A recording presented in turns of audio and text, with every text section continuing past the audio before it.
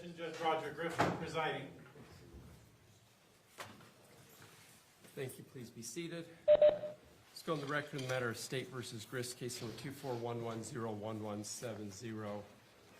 Get my computer logged in, counsel, and we'll bring the jury out. Counsel, I put on your tables the jury instructions, the jury verdict form. Have you looked through them briefly? Yes, Your Honor.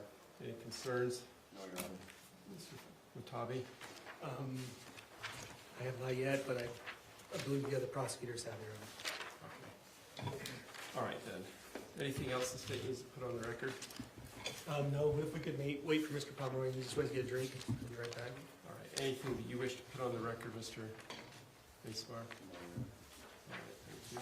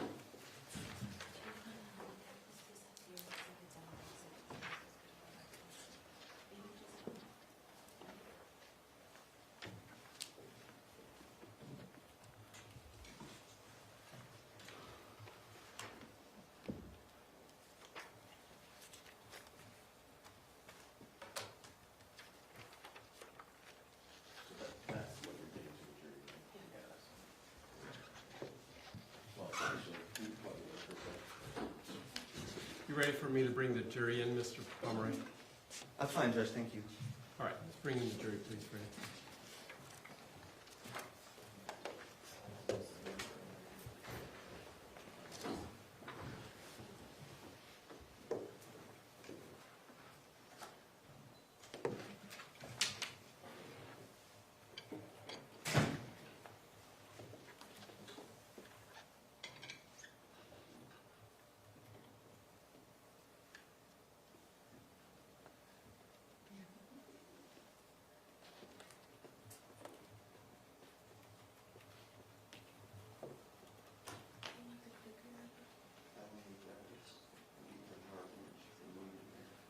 I realized I didn't put in the jury instruction numbers yet, and that's kind of...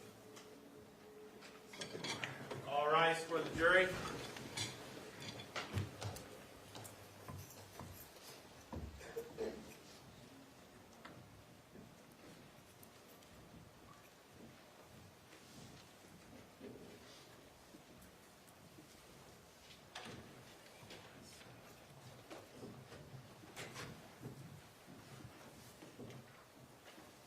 Thank you. Good morning. Please be seated.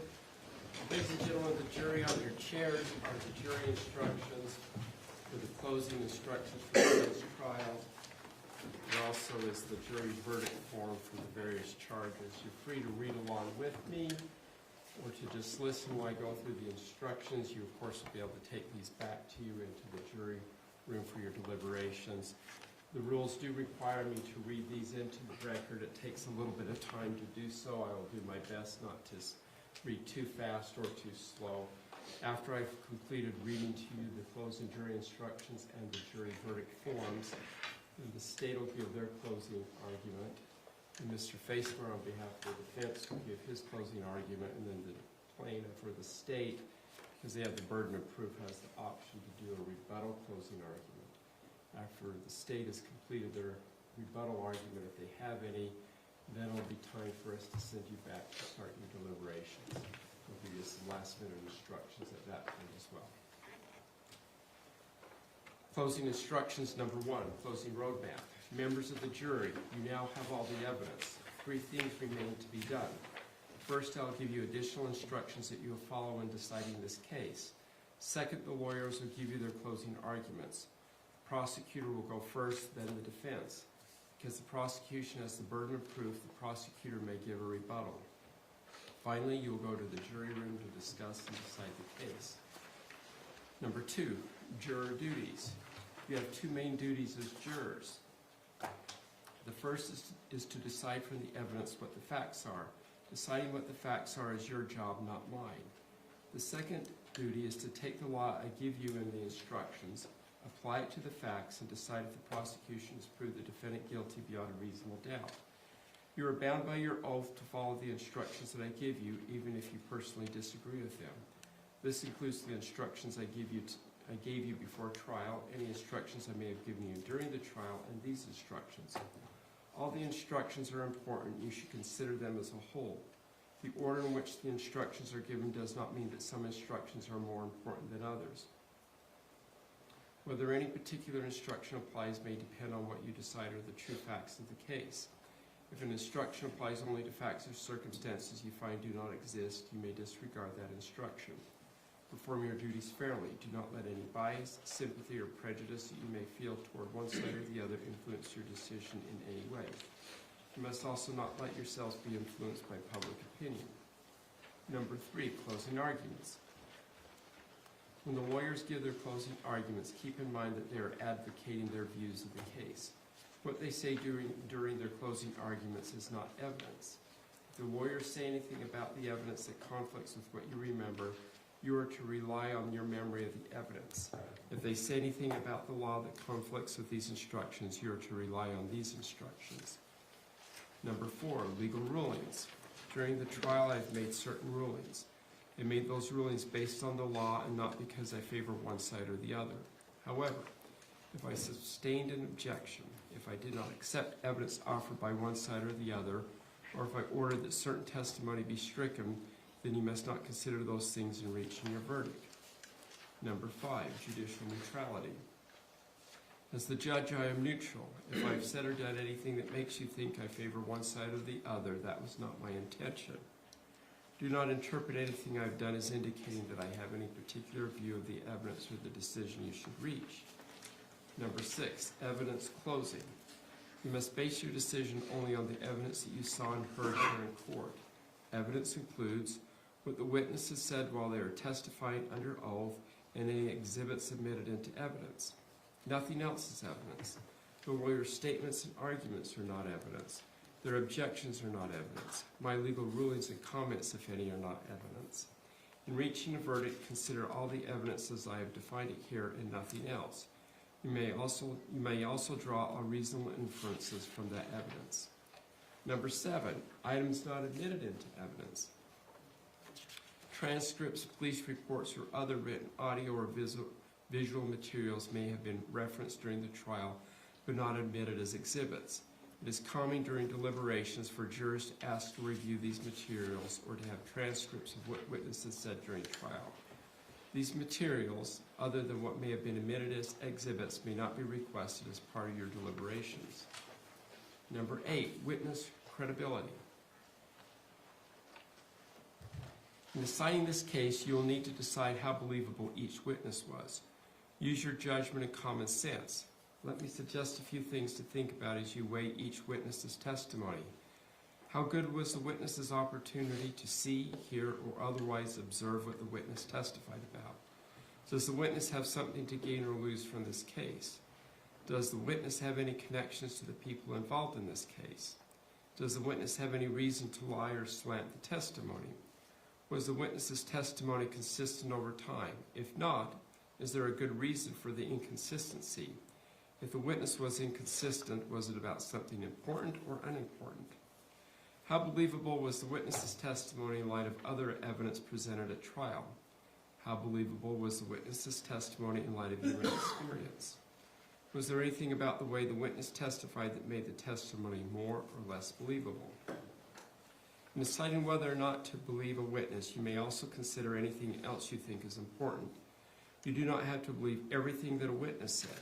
You may believe part and disbelieve the rest. On the other hand, if you are convinced that a witness lied, you may disbelieve anything the witness said. In other words, you may believe all, part, or none of a witness's testimony. You may believe many witnesses against one or one witness against many. In deciding whether a witness testified truthfully, remember that no one's memory is perfect. Anyone can make an honest mistake. Honest people may remember the same event differently. Number 9, presumption of innocence, closing.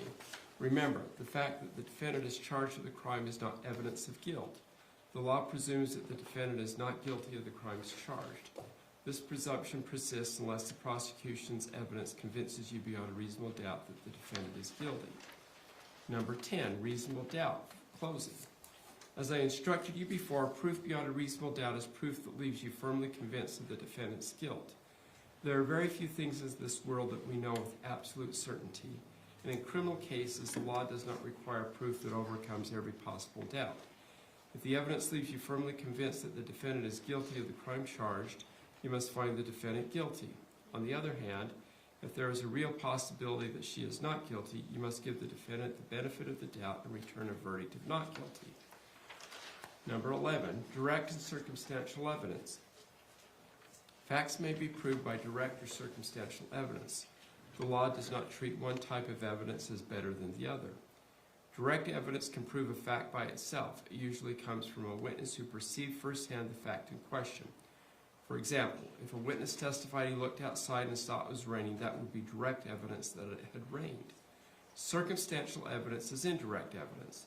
It usually comes from a witness who perceived a set of related events, but not the fact in question.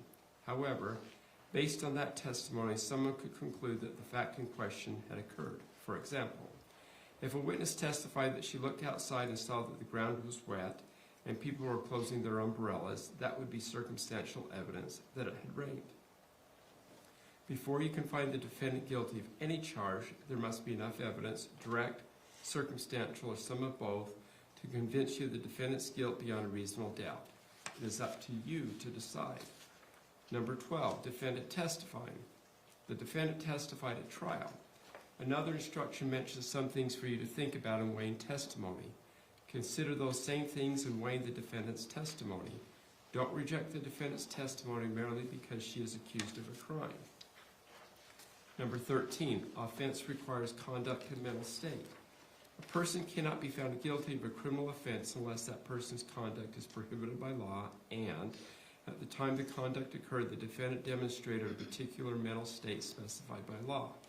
Conduct can mean both an act or the failure to act, and the law requires a person to act. As to the mental state requirement, the prosecution must prove that at the time the defendant acted or failed to act, she did so with a particular mental state.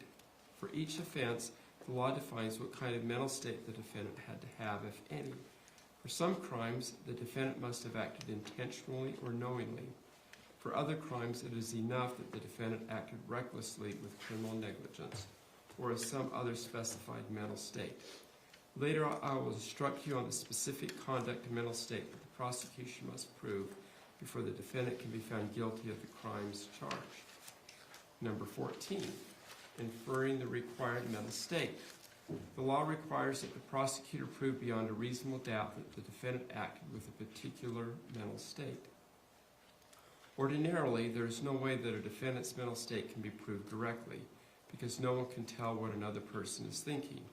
A defendant's mental state can be proved indirectly from the surrounding facts and circumstances. This includes things like what the defendant said, what the defendant did, and any other evidence that shows what was in the defendant's mind. 15, motive. A defendant's mental state is not the same as motive. Motive is why a person does something. Motive is not an element of the crimes charged in this case. As a result, the prosecutor does not have to prove why the defendant acted or failed to act. However, a motive or lack of motive may help you determine if the defendant did what she is charged with doing. It may also help you determine what her mental state was at the time. 16, do not consider punishment. In making your decision, do not consider what punishment could result from a verdict of guilty. Your duty is to decide if the defendant is guilty beyond a reasonable doubt. Punishment is not relevant to whether the defendant is guilty or not guilty. Number 17, jury unanimity and deliberations. Because this is a criminal case, every single juror must agree with the verdict before the defendant can be found guilty or not guilty. That is, you must be unanimous in your verdict for each count charged. To help you in reaching unanimous agreement, I recommend that you not commit yourselves to a particular verdict before discussing all the evidence. In addition, you may not use methods of chance, such as drawing straws or flipping a coin. Rather, in the jury room, consider the evidence and speak your minds with each other. Listen carefully and respectfully to each other's views and keep an open mind about what others have to say. If there is a difference of opinion about what the evidence there's a difference of opinion about the evidence or the verdict, do not hesitate to change your mind if you become convinced that your position is wrong. On the other hand, do not give up your honestly held views about the evidence simply to agree on a verdict, to give in to pressure from other jurors, or just to get the case over with. In the end, your vote must be your own. A unanimous verdict must reflect the individual, careful, and conscientious judgment of each juror as to whether the defendant is guilty or not guilty. Number 18, foreperson selection and duties. Among the first things you should do when you go to the jury room to deliberate is to appoint someone to serve as the jury foreperson. The foreperson should not dominate the jury's discussion, but rather should facilitate the discussion of the evidence and make sure that all the members of the jury get the chance to speak. The foreperson's opinions should be given the same weight as those of other members of the jury. Once the jury has reached a verdict, the foreperson is responsible for filling out and signing the verdict forms on behalf of the entire jury. For each offense, the verdict form will have two blanks, one for guilty and the other for not guilty. The foreperson will fill in the appropriate blank to reflect the jury's unanimous decision. In filling out the form, the foreperson needs to make sure that only one blank is marked for each charge. Number 19, jury questions during deliberations. These instructions should contain all the information you need to decide this case based upon the evidence. However, if you have a question or need clarification during deliberations, write a note and give it to the bailiff. I will review it with the lawyers. We will answer your question as appropriate. 20, deadlocked juries. The verdict must represent the considered judgment of each juror. In order to return a verdict, it is necessary that each juror agree. Your verdict must be unanimous. It is your duty to consult with one another and to deliberate. Your goal should be to reach an agreement, if you can do so, without surrendering your individual judgment. Each of you must decide the case for yourself, but do so only after impartially considering the evidence with your fellow jurors.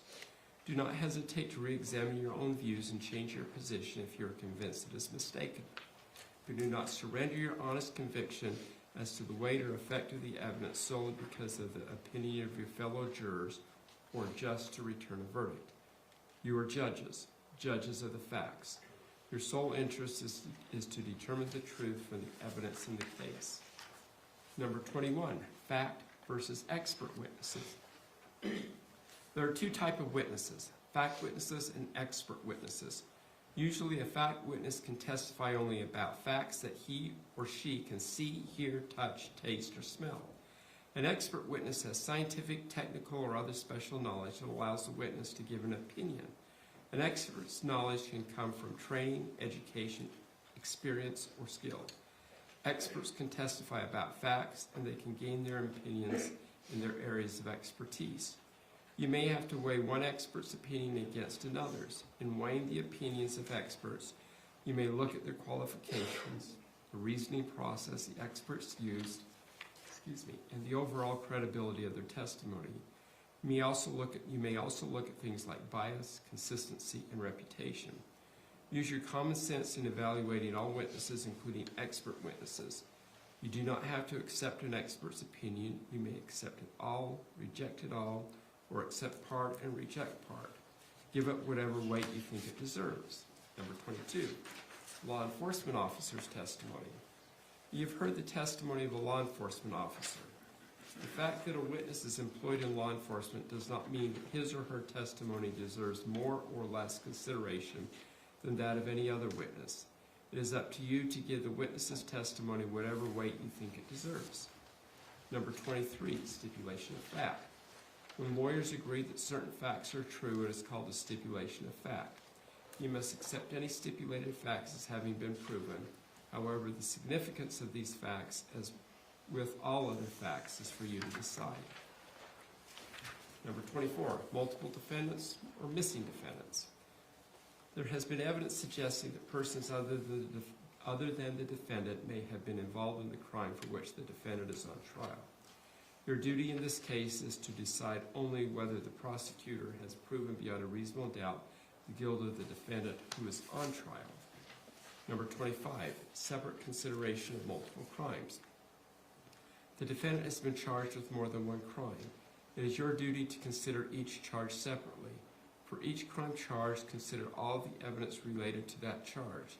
Decide whether the prosecution has presented proof beyond a reasonable doubt that the defendant is guilty of that particular crime.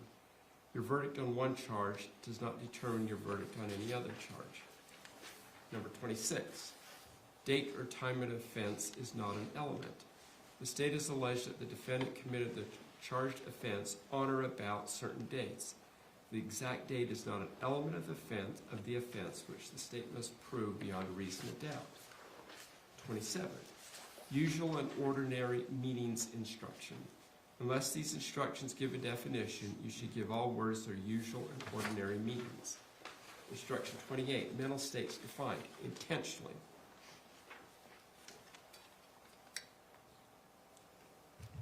A person acts intentionally or with intent when her conscious objective is to 1. Engage in certain conduct, or 2. Cause a certain result. Knowingly. A person acts knowingly or with knowledge when the person 1. Is aware of the nature of her conduct, or 2. Is aware of the particular circumstances surrounding her conduct, or 3. Is aware that her conduct is reasonably certain to cause a particular result. Recklessly.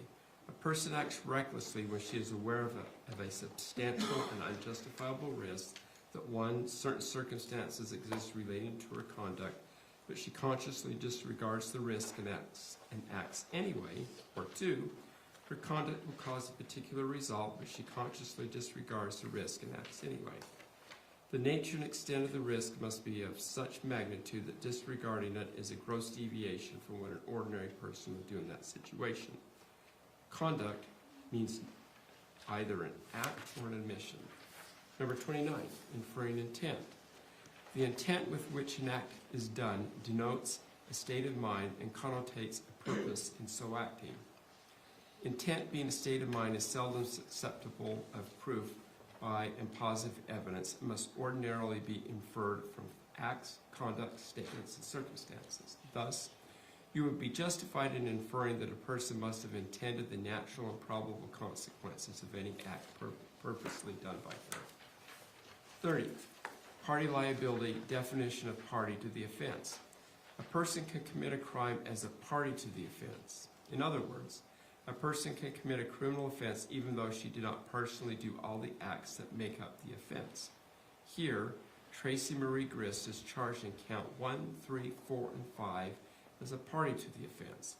Before a person can be found guilty as a party to the offense, you must find beyond a reasonable doubt that 1. Tracey Marie Grist had the mental state required to commit the charged offense, and 2. Tracey Marie Grist, A, directly committed the charged offense, or B, intentionally, knowingly, or recklessly solicited, requested, commanded, or encouraged another person to commit the charged offense, or C, intentionally aided another person to commit the charged offense, and 3. The charged offense was committed either by Tracey Marie Grist or Kevin Stanley Ellis or another person. 31. Elements of the charged crime, count 1, murder. The defendant, Tracey Marie Grist, is charged in count 1 with committing murder. You cannot convict her of this offense unless, based on the evidence, you find beyond a reasonable doubt each of the following elements. 1. Tracey Marie Grist is a party to the offense. 2. A. Intentionally or knowingly caused the death of Matthew Restelli, or B. Intending to cause serious bodily injury to another, Tracey Marie Grist committed an act clearly dangerous to human life that caused the death of Matthew Restelli, or C. Acting under circumstances evidencing a depraved indifference to human life, Tracey Marie Grist engaged in conduct which created a grave risk of death to another and thereby caused the death of Matthew Restelli. After you carefully consider all the evidence in this case, if you are convinced that each and every element has been proven beyond a reasonable doubt, then you must find the defendant guilty. On the other hand, if you are not convinced that one or more of these elements has been proven beyond a reasonable doubt, then you must find the defendant not guilty. Number 32, definitions applicable to count 1, murder. Bodily injury. Bodily injury means physical pain, illness, or any impairment of physical condition. Serious bodily injury. Serious bodily injury means bodily injury that creates or causes serious permanent disfigurement, protracted loss or impairment of the function of any bodily member or organ, or creates a substantial risk of death. Number 33, definition/explanation of depraved indifference. A person is guilty of murder if, acting under circumstances that demonstrate a depraved indifference to human life, she knowingly engages in conduct that creates a grave risk of death and in fact causes the death of another. Depraved indifference to human life means an utter callousness towards the value of human life and a complete indifference as to whether the actor's conduct will create a grave risk of death to another. To act with depraved indifference, the actor must do more than act recklessly. However, she does not have to have a conscious desire to cause death, nor does she need to be aware that the conduct is reasonably certain to cause death. In the context of depraved indifference, murder knowingly means that the person knew the nature of her conduct, that the conduct created a risk of death, and that the risk of death was grave. A grave risk of death means more than a substantial and unjustifiable risk. There must be a high likelihood that death will result. In order to find depraved indifference, you must evaluate all the circumstances surrounding the death from the standpoint of a reasonable person in the actor's position. In evaluating the evidence, you should consider the following factors. 1, the social value of the defendant's conduct. 2, the magnitude of the risk. 3, the defendant's knowledge of the risk. And 4, any precautions taken by the defendant to minimize the risk. Number 34, elements of the charged crime count 2, conspiracy to commit murder. The defendant, Tracey Marie Grist, is charged in count 2 of committing conspiracy to commit murder. You cannot convict her of this offense unless, based on the evidence, you find beyond a reasonable doubt each of the following elements. 1, Tracey Marie Grist. 2, intended that conduct constituting the crime of murder be performed. And 3, agreed with one or more persons to engage in or cause the performance of the conduct. After you carefully consider all the evidence in this case, if you're convinced that each and every element has been proven beyond a reasonable doubt, then you must find the defendant guilty. On the other hand, if you are not convinced that one or more of these elements has been proven beyond a reasonable doubt, then you must find the defendant not guilty. Number 35, elements of the charged crime count 3, obstruction of justice. The defendant, Tracey Marie Grist, is charged in count 3 of committing obstruction of justice. You cannot convict her of this offense unless, based on the evidence, you find beyond a reasonable doubt each of the following elements. 1, Tracey Marie Grist is a party to the offense. 2, intended to hinder, delay, or prevent the investigation, apprehension, prosecution, conviction, or punishment of any person regarding conduct that constituted a criminal offense, and A, altered, destroyed, concealed, or removed any item or other thing, or B, made, presented, or used any item or thing known by the actor to be false, or C, provided false information regarding a suspect, a witness, the conduct constituting an offense, or any other material aspect of the investigation. After you carefully consider all the evidence in this case, if you are convinced that each and every element has been proven beyond a reasonable doubt, then you must find the defendant guilty. On the other hand, if you are not convinced that one or more of these elements has been proven beyond a reasonable doubt, then you must find the defendant not guilty. Number 36, jury unanimity for obstruction of justice and the verdict form for count 3. Count 3 charges Tracey Marie Grist with obstruction of justice. The prosecution argues that the defendant may have committed the offense by 1, being a party to planting the knife in Matthew Restelli's hand, and or 2, making an untruthful statement to 911 or the police that Matthew Restelli had a knife before Kevin Ellis shot Matthew Restelli. You may not find Tracey Marie Grist guilty on this account unless you unanimously agree that the prosecution has proven that Tracey Marie Grist committed obstruction of justice in at least one of these specific ways, and you unanimously agree on the specific way in which the defendant committed the offense. If you find Tracey Marie Grist guilty of obstruction of justice, you must record on the verdict form which way or ways you unanimously agree she committed the offense. 37. Elements of the crime charged. Count 4, commission of domestic violence in the presence of a child. The defendant, Tracey Marie Grist, is charged in count 4 with committing to commission of domestic violence in the presence of a child. You cannot convict her of this offense unless, based on the evidence, you find beyond a reasonable doubt each of the following elements. 1. Tracey Marie Grist as a party to the offense. 2. Intentionally or knowingly committed murder. 3. In the presence of a child. And 4. Tracey Marie Grist and Matthew Restelli were cohabitants at the time of the offense. After you carefully consider all the evidence in this case, if you're convinced that each and every element has been proven beyond a reasonable doubt, then you must find the defendant guilty. On the other hand, if you are not convinced that one or more of these elements has been proven beyond a reasonable doubt, then you must find the defendant not guilty. Number 38, element of the crimes charged, count 5, commission of domestic violence in the presence of a child. The defendant, Tracey Marie Grist, is charged in count 5 with committing commission of domestic violence in the presence of a child. You cannot convict her of this offense unless, based on the evidence, you find beyond a reasonable doubt each of the following elements. 1. Tracey Marie Grist as a party to the offense. 2. Intentionally or knowingly committed murder. 3. In the presence of a child. And 4. Tracey Marie Grist and Matthew Restelli were cohabitants at the time of the offense. After you carefully consider all the evidence in this case, if you're convinced that each and every element has been proven beyond a reasonable doubt, then you must find the defendant guilty. On the other hand, if you are not convinced that one or more of these elements has been proven beyond a reasonable doubt, then you must find the defendant not guilty. Number 39, stipulation of fact regarding cohabitation. When lawyers agree that certain facts are true, it is called a stipulation of fact. You must accept any stipulated facts as having been proven. However, the significance of these facts, as with all facts, is for you to decide. The parties have stipulated that Tracey Marie Grist and Matthew Restelli were cohabitants at the time of the offense. Number 40, definitions applicable to counts 4 and 5, commission of domestic violence in the presence of a child. Child means an individual younger than 18 years old. In the presence of a child. In the presence of a child means A, in the physical presence of a child, or B, having knowledge that the child is present and may see or hear an act of domestic violence. Cohabitant.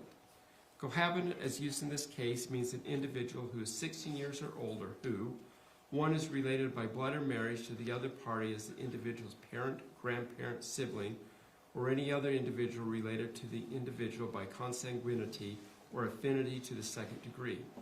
As Instruction 39 provides, the parties have stipulated that Tracey Marie Grist and Matthew Restelli were cohabitants at the time of the offense. Instruction number 41, special verdict form for cohabitation. If you determine beyond a reasonable doubt that Tracey Marie Grist committed either murder count 1, conspiracy to commit murder count 2, domestic violence in the presence of a child count 4, or domestic violence in the presence of a child count 5, you must complete the special verdict form titled Special Verdict Form for Cohabitant. Number 42, jury unanimity, multiple offenses with identical elements. The prosecution is charged in count 4 and count 5 that Tracey Marie Grist committed commission of domestic violence in the presence of a child multiple times. Although each of these counts has similar or identical elements, you must consider each count separately and render unanimous agreement on whether Tracey Marie Grist is guilty or not guilty of each individual count. You may not find the defendant guilty of any count unless you unanimously agree the prosecution has proven the specific act and the elements of the offense for each count, and you unanimously agree the prosecution has proven all other elements of the count. You may find the defendant guilty of all of these counts, none of these counts, or only some of these counts, but for each count your decision must be unanimous. In this case, count 4 is based on the alleged conduct of committing the offense in the presence of SR. Count 5 is based on the alleged conduct of committing the offense in the presence of CR.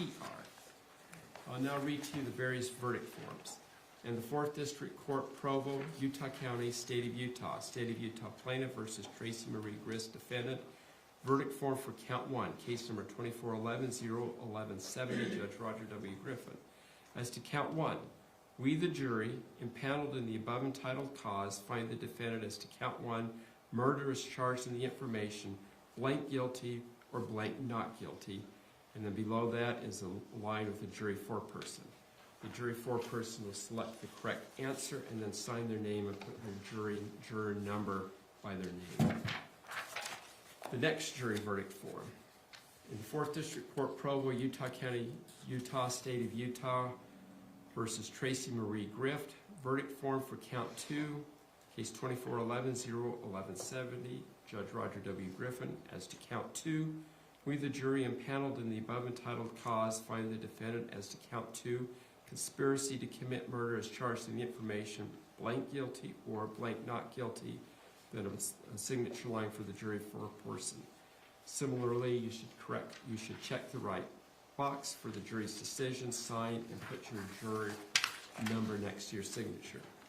The next verdict form. In the 4th District Court, Provo, Utah County, Utah, State of Utah versus Tracey Marie Grist, defendant. Verdict form for count 3, case number 2411-01170, Judge Roger W. Griffin. As to count 3, we, the jury, impaneled in the above entitled cause, find the defendant as to count 3, obstruction of justice, as charged in the information, blank guilty or blank not guilty. Further, having found the defendant guilty, we unanimously find, and you mark all that apply and leave blank if the defendant is found not guilty. Blank, Tracey Marie Grist was a party to planting the knife in Matthew Restelli's hand. Tracey Marie Grist made an untruthful statement to 9/11 or the police that Matthew Restelli had a knife before Kevin Ellis shot Matthew Restelli, blank foreperson. Similarly, we'll check the right box, guilty or not guilty, and then after making that decision, you'll move down following the instructions and check a box as applicable or a line for the next section, and then sign and put your juror number. The next verdict forms for counts 4 and 5. In the 4th District Court, Provo, Utah County, State of Utah plaintiff versus Tracey Marie Grist, defendant. Case number 2411-01170, Judge Roger Griffin. As to count 4, we, the jury, impaneled in the above entitled cause, find the defendant as to count 4, commission of domestic violence in the presence of a child as charged in the information, blank guilty or blank not guilty. As to count 5, we, the jury, impaneled in the above entitled cause, find the defendant as to count 5, commission of domestic violence in the presence of a child as charged in the information, blank guilty or blank not guilty. And then the signature line.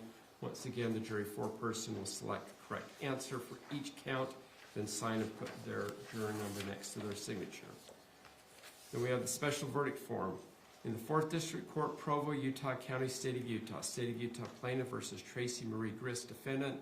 Special verdict form for cohabitation, case number 2411-01170, Judge Roger W. Griffin. As to count 1, 2, 4, or 5, we, the jury, impaneled in the above entitled cause, find at the time of the offenses in count 1, 2, 4, or 5 that Tracey Marie Grist and Matthew Restelli were blank cohabitants or blank not cohabitants. Following the instructions, select the right answer, then the jury foreperson will sign and put their name and their jury number on that line. That concludes the final jury instructions. Mr. Pomeroy, I believe you have the state's closing. Thank you, Your Honor. If not already, maybe published to the jury. I'm sorry, what did you say? Just publishing the presentation to the jury. Okay, thank you. And is the audio good, Faye? Yes.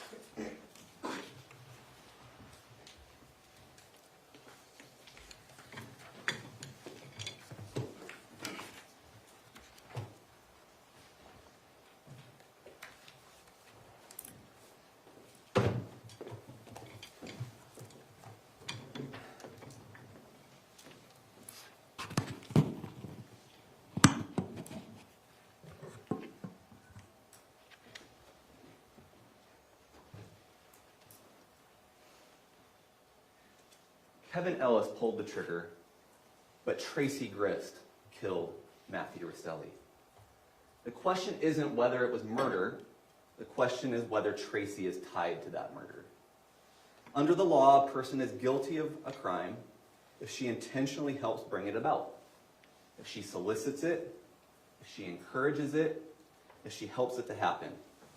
She doesn't have to pull the trigger to be a murderer. So again, Kevin shot, but Tracey is a murderer.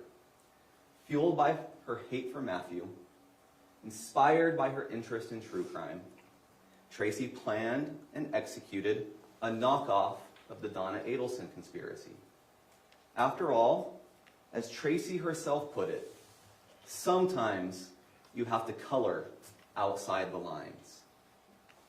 Now, in this conspiracy, Kate and her kids were the motive, Kevin was the means, and Tracey was the mastermind, the manipulator. Let's briefly address each of those three. Start with the motive. Kate was unhappy in her marriage. She viewed it as loveless. She had already moved on to other men. She wanted a divorce and custody of her kids. But when she ran away to Utah, a divorce attorney told her it wouldn't be so easy. As she put it in a text to her friend, she felt both hopeless and fucked. Tracey too gained a motive by this turn of events. Remember what Matt texted her after she convinced Kate to skip town on him. You infected Kate with the need to leave California. I will not forget your involvement in this. Enjoy your short time with them. You will not be welcome in our house again. If you don't text me the address where his children were, I will be calling the sheriff for kidnapping.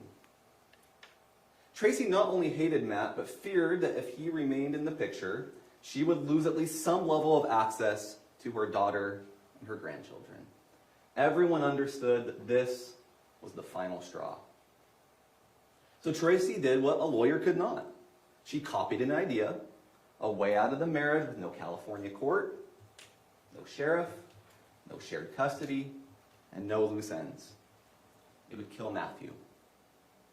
The means. Kevin's role in Tracey's plan was to shoot Matthew. He shot Matthew 7 times. 3 times in the back. Mere seconds after Matthew had come into the home, an expected and invited guest. Kevin and Tracey then waited 8 minutes after the shooting before calling 911. Time sufficient to make sure that Matthew was truly dead. Time to plant the knife. Time to stage the scene. During those 8 minutes, no one tried to give Matthew any life-saving aid.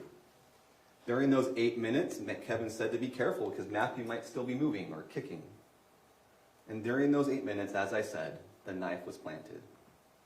That gun used to kill Matthew? Tracey's. The knife planted in Matthew's hand? Tracey's. The manipulation. Tracey was the mastermind of this murder. She was at the gravitational center of this entire family. She was the one who got each and every family member to carry out their needed part, and certainly some of them did so unwittingly as to what Tracey's ultimate goal was. She was the connection between Kate and Kevin. You heard they didn't really have much of a relationship before Kate fled with the children to Utah. She was literally the voice in Kate's ear, telling Kate what to say when Kate was speaking on the phone to Diane, Matthew's mother. She dictated to Kate what Kate should say or text to Matthew as Kate was luring him to Utah and inside the home. And Tracey was metaphorically the voice on Kate's shoulder as she convinced her that this was the way out. She manipulated Kevin. She preyed on his protective instincts for Kate, but more importantly, his instincts for those 2 children. She pressured him into ambushing, shooting, and killing Matthew. So she manipulated Rachel to get Rory and Jake out of the house so they wouldn't be witnesses. She manipulated Rachel to be the lookout, feed updates as Matt drove to Utah. Remember the messages Rachel sent both Kevin and Tracey just a few minutes before the murder? Orem, find my.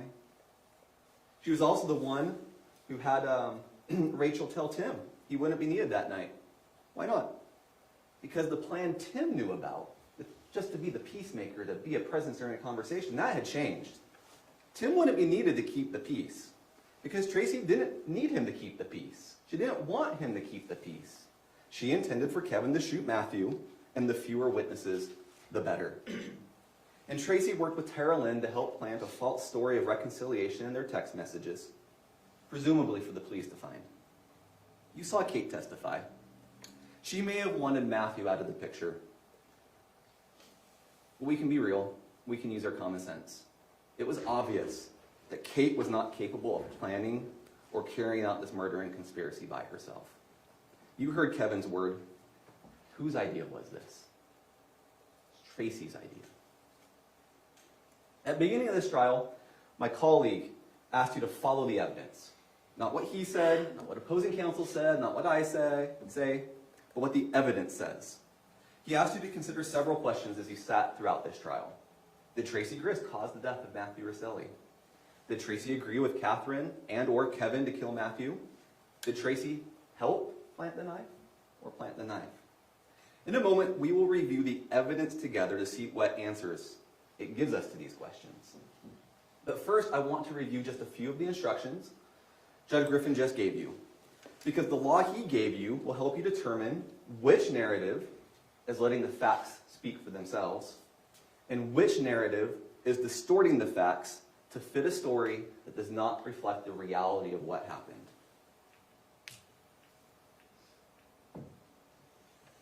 Jury instruction 10 is the reasonable doubt instruction.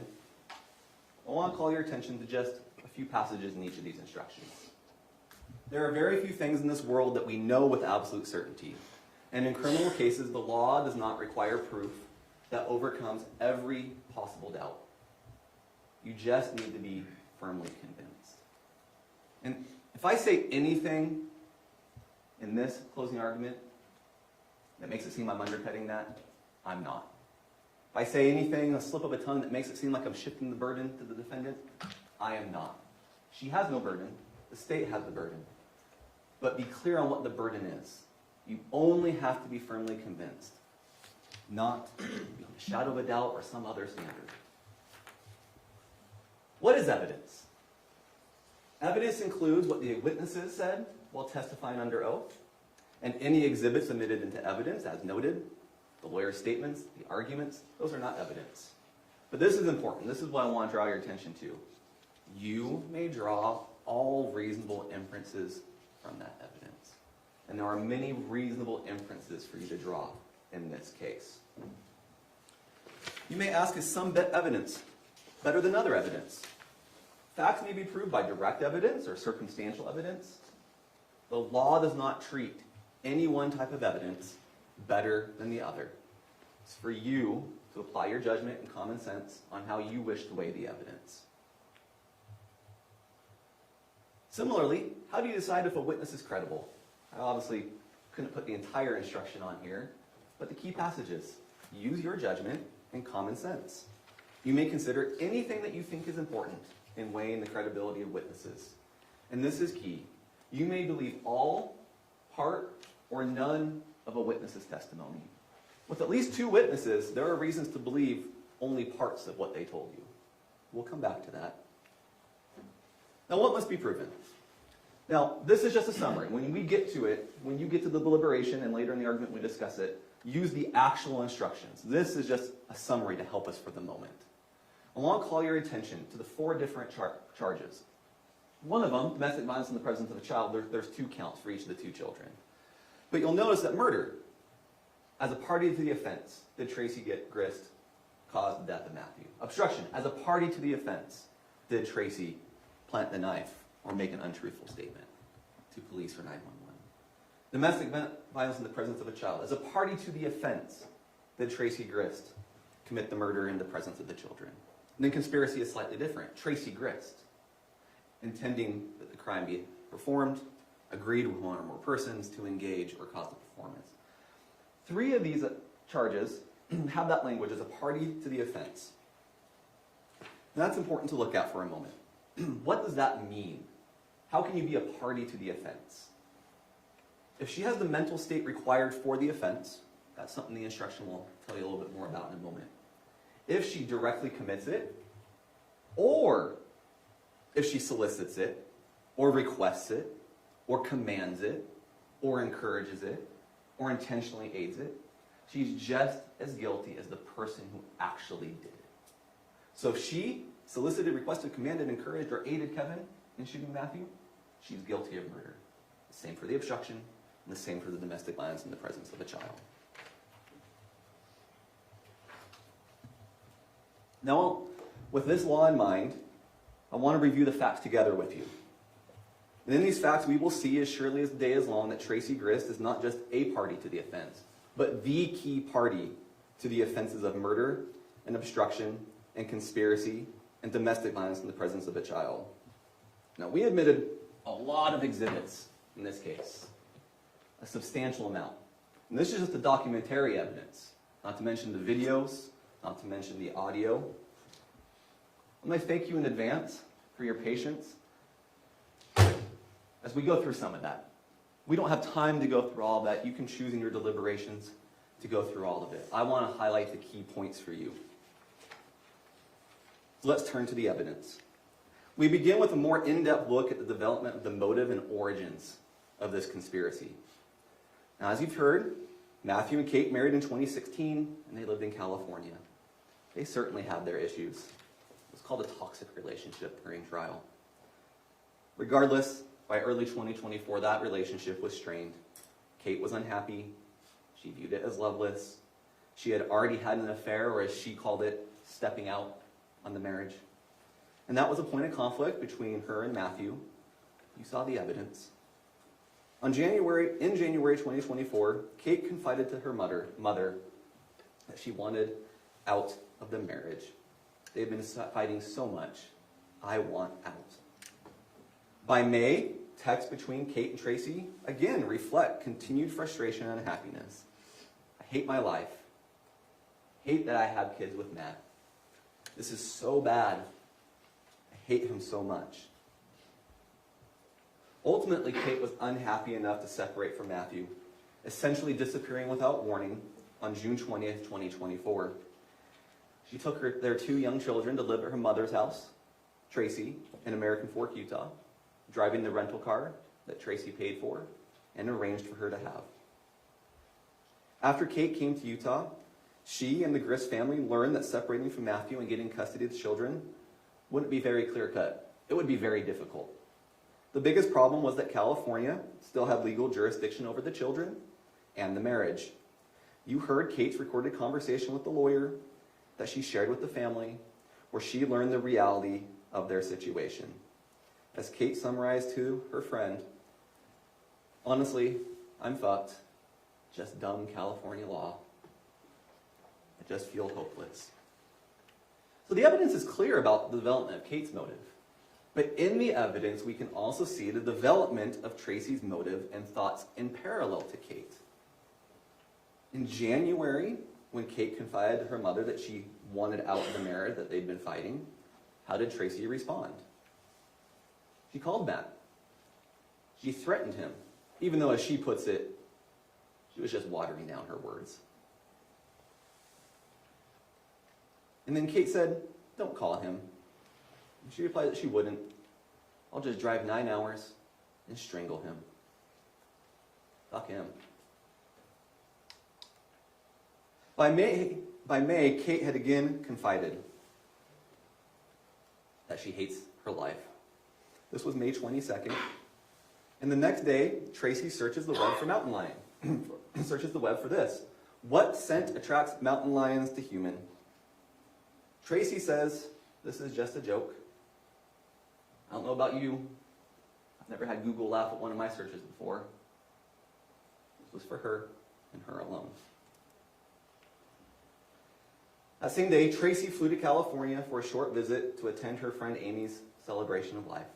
She returned home on May 30th, and then shortly thereafter, she starts days of texts and searches that aren't just coincidence, but rather show what Tracey thinks of Matthew and what's on her mind at this point in time. So on June 4th, around 6:02 p.m., Tracey reaches out to her daughter, Tara Lynn. Can you talk? So mad at Matt. So mad. The next morning, we have this exchange where Kate calls Matt a piece of shit because of that issue with the camper trailer. And Tracey says, he's lying. And then, a little bit later that day, tells Rachel, Matt made it so I want to kill him. When Katie asked about whatever I had said about her being the camper too much, which I never said anything, he straight up lied. I'm gonna kill him. And then by the evening of June 6th, and the next morning, June 7th, she searches more. She searches more about the Donna Adelson murder conspiracy. She searches Katie Magbanwa pictures, Katie Magbanwa, Kathryn Magbanwa attorney, Katie Magbanwa's second trial defense charts. You may remember that Katie was the middleman in the Donna Adelson conspiracy to murder her son-in-law. She also searches, how old were Dan Markle's kids when Dan was killed?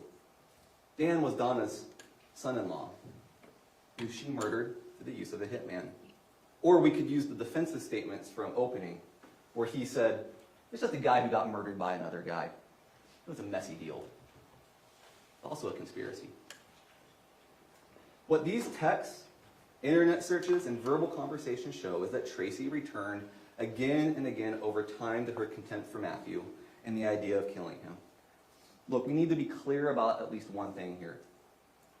Offhanded comments and Google searches alone do not prove guilt. Back in January, the murder wasn't in play yet. But when you see the comments continue, when you see the comments followed by research, the research followed by planning, the planning followed by an execution of the plan followed by a cover-up, it tells you what was on her mind, and you know exactly what her intent was. You heard Tracey say it herself. I searched what was on my mind. And Matthew's death was on her mind.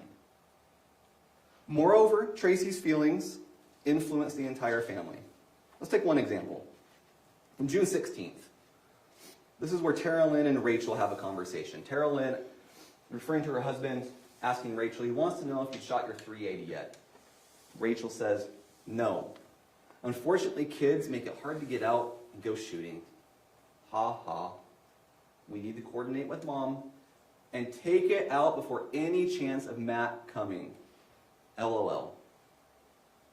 There's a phrase called kidding on the square. I don't know if you've heard it before. It's a communication style where it allows someone to convey a sincere opinion under the guise of humor. It can give you plausible deniability. I was just kidding. I was just joking about what I said. But what such joking does, when it's repeated time and time again, is to normalize violence. It desensitized the family to the idea of killing Matt. It dehumanized Matthew, that they routinely joked about killing him. It takes a lot to kill another person. Normalizing, desensitizing, dehumanizing, good first steps to get there. Some of it surely started as a joke. That's got to be the truth. That common sense tells you that. It turns out to be a lot less funny when a few minutes later someone turns up dead. With this understanding of Tracey's mindset towards Matthew, consider what happened once it was decided that Kate would leave Matthew and come to Utah. So on June 16th, the arrangements were made for Kate to come to Utah. Tracey got her on the credit card, they made the bedroom plan, etc., etc. At nearly exactly the same time, Tracey makes the following search. Utah, shoot, break in. She said, now autocorrect must have spelt it wrongly. Use your common sense. Autocorrect doesn't fill in misspellings. This was an intentional search by Tracey. And then a few hours later, she searches how to file for a divorce, how to establish Utah residency. On the 20th, Kate then came to Utah. And as a result of her coming to Utah, we have the final text conversations between Matthew and Tracey. The ones where Matt texted Tracey after she helped Kate skip town on him. These statements. The ones where he says that you infected Kate. The one where he says, enjoy your short time with them. The one where he threatens to call the sheriff for kidnapping. And we can see as a result of this exchange exactly how Tracey became concerned about what had happened, about what she had done, about the legal implications of bringing Kate and the children to Utah. For what we will see is not a temporary breather, but a permanent break. Because the next morning, on June 22nd, she makes 16 searches related to child custody, the legal implications, and parental kidnapping. Now, what did Tracey learn from all these web searches? We can infer, remember the instructions, you can make reasonable inferences from the evidence, that she learned exactly what the lawyer told Kate on July 11th. California still had jurisdiction. Jurisdiction for the divorce, jurisdiction for child custody, and there was no way Kate was going to get sole custody of the kids in Utah. And now, at this point, after that, Kate had very real reason to fear losing at least some access to her daughter and her grandchildren. There was the lawyer call on July 11th at 3:29 p.m. Lasted approximately 31 minutes. What did Tracey search at 4:39 p.m.? When was Donna Adelson arrested? So approximately 40 minutes after the lawyer call ended, Tracey is researching how long it took Donna Adelson to be arrested for getting rid of her inconvenient son-in-law by murdering him during a custody dispute. Is it a coincidence? If you still have any lingering doubt that Tracey didn't know exactly what was going on with the lawyer or wasn't controlling absolutely everything and everyone in this family, remember her conversation with Tara Lynn from before the lawyer meeting. Tara, call Kate. Help her with what to say to the lawyer. She's happy about not going back, and she needs to take legal steps now. School starts soonish, July 1st. Does this sound temporary to you? Tracey knows Kate isn't going back, even if she testified otherwise. She directs both Tara and Kate on what to do. And let's be real, kids don't need to be registered for school in Utah if they're going home to California. What else Tracey say? The next day, I'll listen to the lawyer call and report. So what do we know? We know in Tracey's own words that she had contempt for Matt, hated Matt, disliked Matt. Use your adjective of choice. We know in her own words that she stewed over his supposed lies. We know in her own words that she repeatedly joked. She discussed killing him, harming him. We know in her own words that she was well acquainted with murder conspiracies. We know in her own words that she was researching about shooting intruders. We know in her own words, after Matthew threatened to call the sheriff over kidnapping, that she was concerned about parental kidnapping and the legal implications. And we know the lawyer told the family that this wasn't a legal battle they were going to win. Was there an initial plan for this family, for Kate, to pursue a divorce? Yes, that was the initial plan. But by this point, by July 11th, the backup plan took priority for Tracey, Kate, and Kevin. A way out. But that way out was to get Matthew out of the picture permanently. I want to remind you of one more thing on this point before we move on. Kate testified that the conspiracy first came together about a week to a week and a half after she got to Utah on the 20th. You should believe Kate to the extent you can corroborate Kate. We can corroborate this point at least. The Tara Kate messages were July 11th, a little bit more than a week and a half. What do we have here? On June 21st, Tracey told Kevin about the sheriff and the kidnapping issue, forwarded the message, and how did Kevin respond? How about no? They're not worried about Kevin. Sorry, they're not worried about Matt. And on the 26th, Kate texts Kevin, what day are you coming back? Wondering for Olaf. Nickname for Matt. If I have to rush back, I can make that happen. June 29th, that week to week and a half. What did Tracey tell her sister and her brother? I want him to show up. He still thinks it's only for another week. And of course she wanted him to show up. You can't remove Matt from the equation if he's not there. In the end, whatever the exact moment was that the plan came together, whatever the exact moment the agreement was made, after the afternoon of July 11th, the die were cast. The loose strands of Tracey's ill will towards Matt, the lingering thoughts of harming him, the inspiration from another murder case, were woven together in that final day and a half into a conspiracy that culminated when Kevin shot Matthew. And if you believe at any point in time, whether it was an hour, a day, or a month before the murder, that there was an agreement, that is conspiracy, and Tracey is guilty of the conspiracy and the murder. Now, to be sure, this was a poorly executed conspiracy, with an even worse cover-up, what the defense called the messiest conspiracy. But a messy conspiracy is a conspiracy nonetheless. So now we are going to move to the execution of the conspiracy and its unraveling. The evidence of it, at least in retrospect, can be broken down into 4 phases. And so that's how I'll break it down for you today. They had to lure Matthew to Utah. They had to funnel him or get him inside Tracey's home. They had to ambush him and cover it up. So phase 1, luring Matt to Utah. We've already acknowledged this. For this to work, Matt has to come to Utah. But we also know Matt doesn't want to drive out to Utah. Kate had come to Utah under that guise of the temporary breather.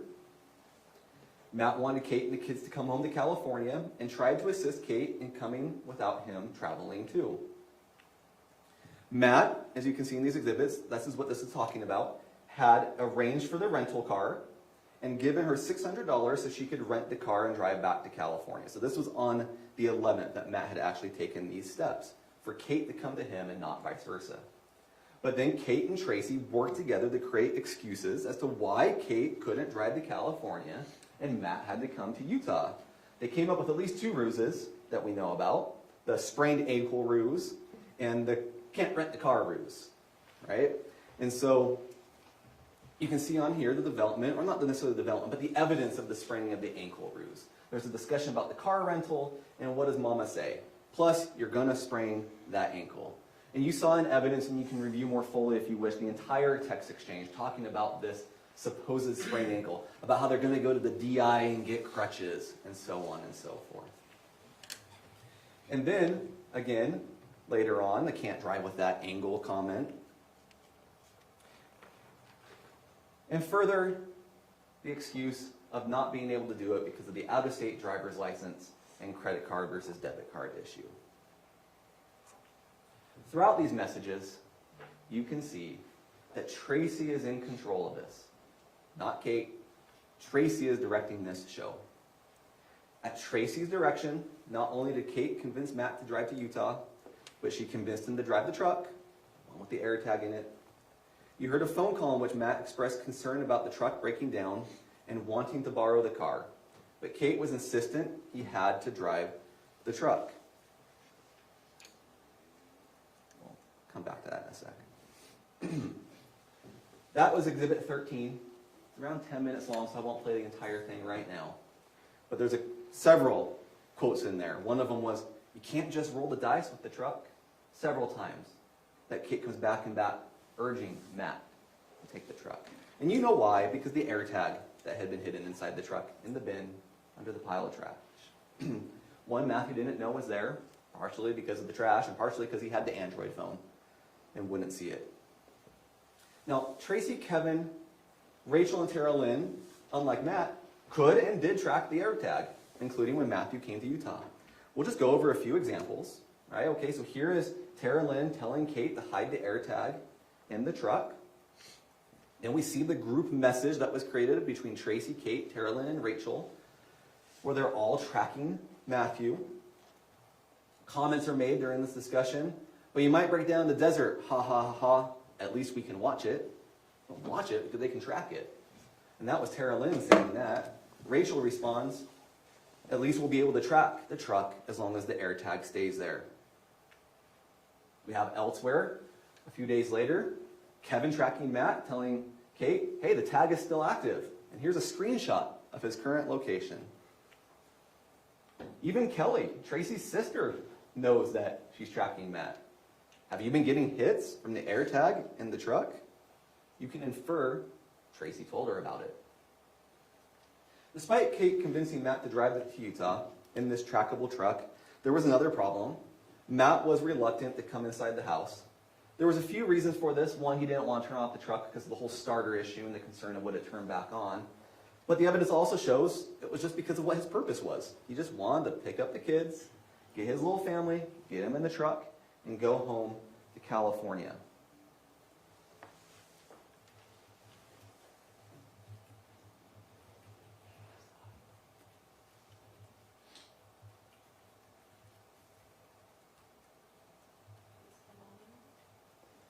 In terms of volume, it looks like it may not have been turned up.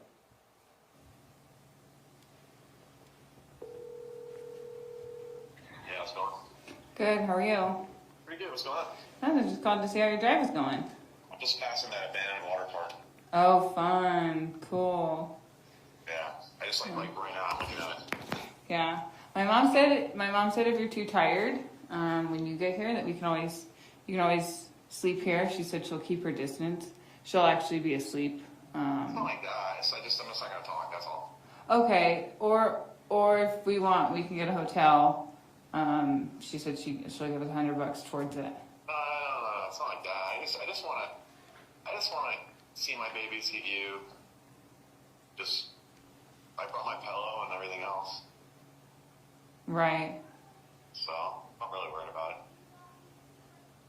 So, well, but what do you want to do? I want you to be comfortable. I will be, I just become Okay. once I have my family. Okay, well, good. All I Okay, want. awesome. Yeah. So, cool. I'll just keep Awesome. trucking along here. The morning started with these text messages. Good morning, getting up and getting moving. Exciting for today. That's what Kate told him. He responds, I'm over the moon. Can't wait to hug and kiss you all. You have other phone calls in the record that you can listen to from the morning. That last phone call you just heard was at 2:20 afternoon. There's another one around 8:15 p.m. You can listen to all of them if you want. You'll notice Matt's not agitated. Matt's excited about seeing his family, seeing his baby, going home. Completely different than the testimony you heard from Tracey, that he was agitated, and that explains what happened. Not what explains what happened. Anyways, Matthew didn't want to go in Tracey's home. He didn't want that confrontation. He didn't want to turn off the car as we discussed. He just wanted to load quickly and go home.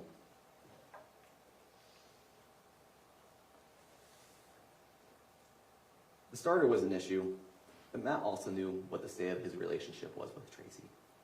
He knew they didn't get along. He knew, they each knew what the other thought of the other. So, we have these messages that clearly show how he feels. We've seen the messages from Tracey that clearly shows how she feels. Despite this, Kate repeatedly reassured Matt throughout the drive. She gave him the gate code. She told him the doors were unlocked. She put that cardboard out. She said she just heard Tracey would be asleep. One phone call, she told him, just come right on in. The door is always unlocked. And Tracey was actually involved in these reassurances. We see that in the evidence. Here's just one example of it. Tell Matt, I'll stay away, and I'll be as sweet as candy.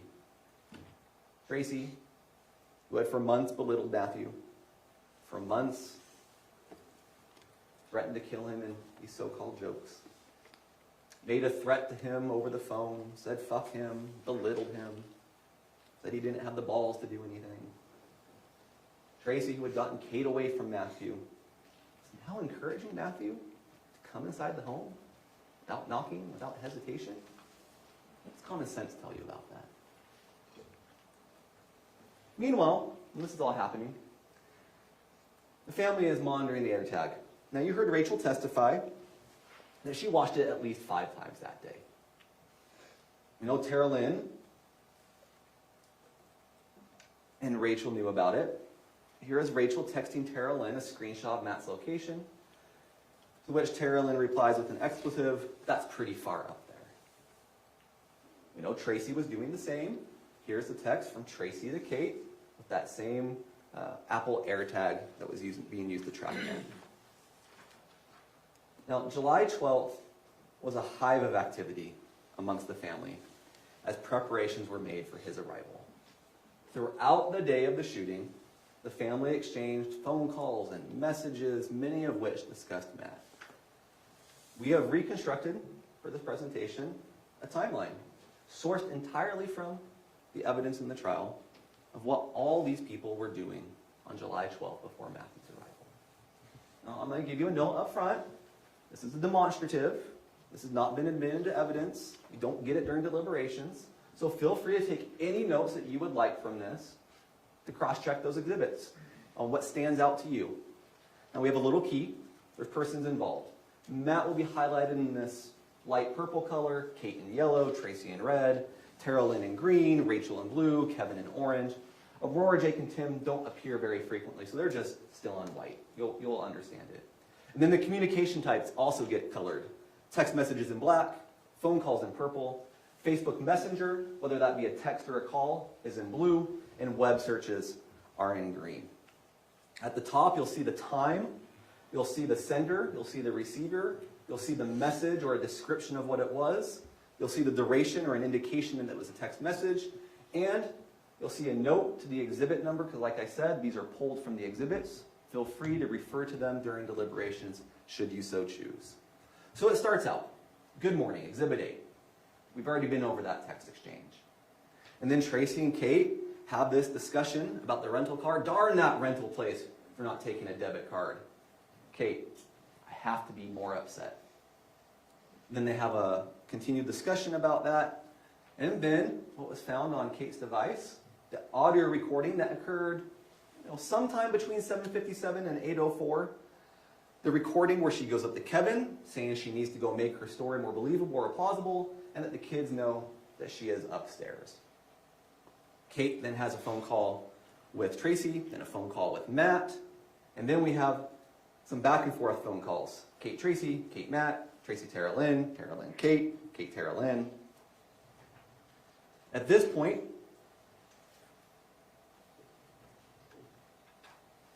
we have 3 phone calls between Kate and Matthew where she is convincing him to come out to Utah. The first one, that's the one where you can't roll the dice, you heard the segment of. Go back and listen to the entire thing. The second one, Matt says he's not going to borrow a car. And by the third one, Matt says that he got the permit, he's going to be able to drive the truck out. And then right after that, Kate texts Tracey. He's going to drive out. So the plan worked. Matt's coming to Utah. And then what happens? Kate calls Tara Lynn. Tara Lynn calls Rachel. Rachel texts Tracey. Tara Lynn calls Rachel. Tracey texts Kate. I'll call you. Then Tracey, a little bit later, does call Tracey. Have you ever seen the third Lord of the Rings movie, Return of the King? Or is that one scene where they light the beacon tower and it just goes down the chains and each one gets lit in a row? That is exactly what's happening here. At least on this day, everyone in the family that's involved in these conversations knows what is going on with Kate and Matthew.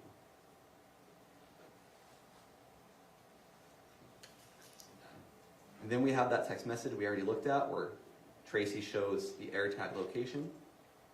And then we have a phone call between Matt and Kate where Kate confirms that Matthew is coming inside. Yeah, probably just pull right up in front of the house, Yeah, I want to slow it up. How long is it going to take? Like 15 minutes to load up? Yeah, not long at all. Yeah, I'm not trying to rush you. I just don't No. want to risk the truck. That's all, No, I get it. Yeah. You gonna come inside?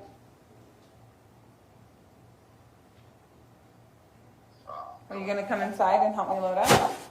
Yeah. Okay. Yeah. The front door is always unlocked, okay? So that entire call is about 11 minutes, Exhibit 16. There's more to it. Those are some highlights. Then we get to lunchtime. We again have a flurry of calls back and forth. Or I guess I should say messages. Some of these are Facebook, some of these are phone calls, some of these are written communications. We see that Rachel sends the image of Matthew's AirTag. Carolyn, that's where she says that's pretty far up there. And then again, we have some flurry of overlapping phone calls and messages between Kate and Tracey and Rachel and Tara Lynn. And then right at the end of this back and forth, you'll see at 12:58 there's a phone call between Tracey and Kate while on the phone with Rachel. We're not sure if that's a three-way or if Rachel's put on hold at this point. And then there's a call between Rachel and Tara Lynn, and then a messenger between Tara Lynn and Rachel. But then what do we see? Tracey and Tara Lynn have a phone call that lasts 3 hours and 56 minutes. Then they have a phone call through the Facebook app for 30 minutes and 30 seconds. And then immediately after that, over 30 minutes of communication, they have a text exchange. And I submit to you that this text exchange is completely out of place to the tenor of everything else. In this text message, they continue going on about how happy they are that Kate is going back. I was calling to let you know that Matt is headed out. She already knew by that point. To pick up Katie and the kiddos. Your phone is kind of annoying because I came and have a normal conversation with you. She's going to try to make it work and be a positive experience. I told her I'm a little nervous. Heart emoji to Tracey's first message. I know he's trying, but I'm nervous and trepidation for sure. But I support her completely.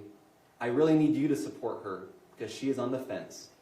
And she needs our love and support to do so for the kiddos. Tracey continues, my only prayer today is he's peaceful and continues to be peaceful. With her, nachos, but she corrects it. Sorry, the month to months, so I'll read it corrected. With her, not just on the drive back from California, but also in the months to come, so not just.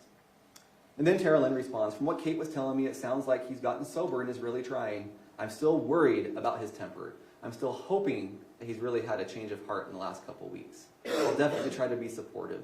It does make me nervous, though, because he says one thing and then he just does another. Submitting that throughout all of this, it's not Matt who said one thing and did another. Tracey, I love you. Tara Lynn, I know that them working this out would be the best for everybody, and I will support her no matter what. Sorry my reception is so crappy. I would have loved to have this conversation with you on the phone. Just on the phone for nearly 35 minutes.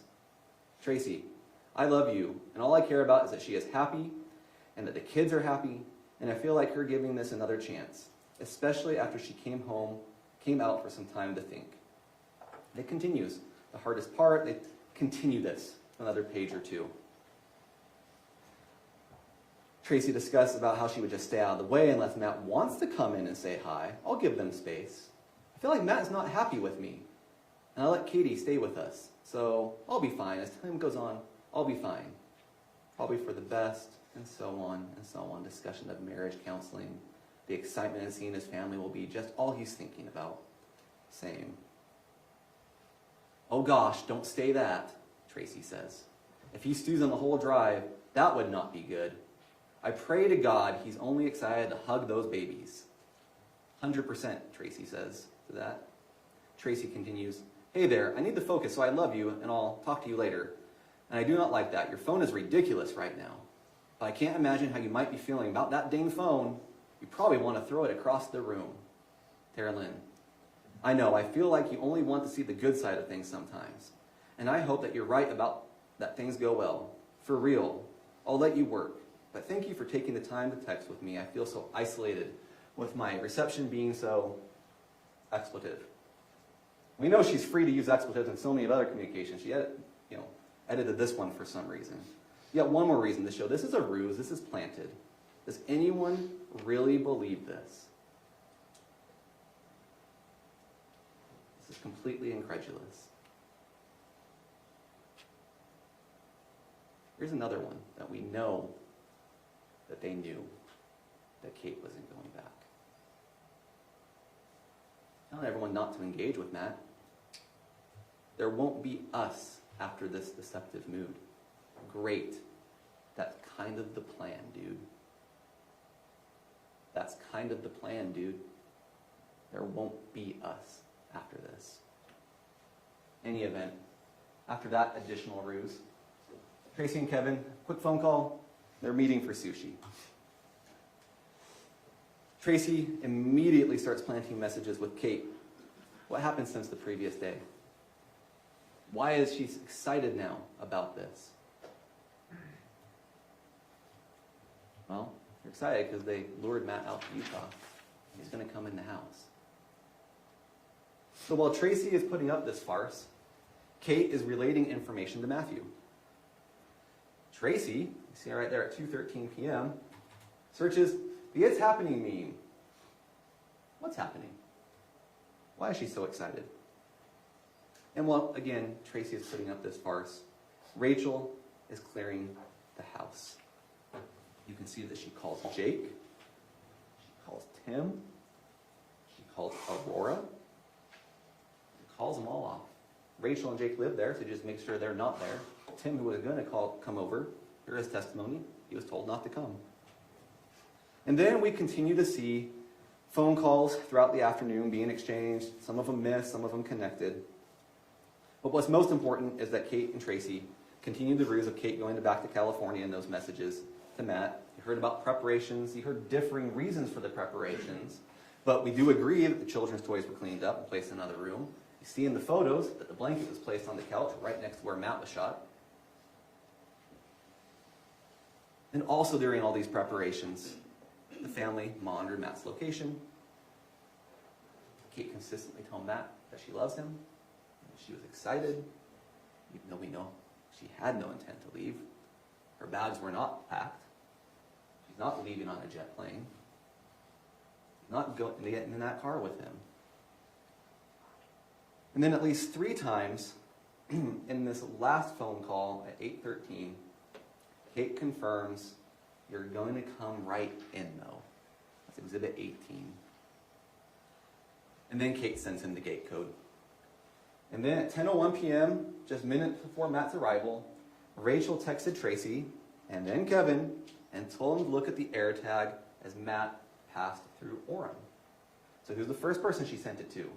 Tracey. Who's the second person she sends it to? Kevin.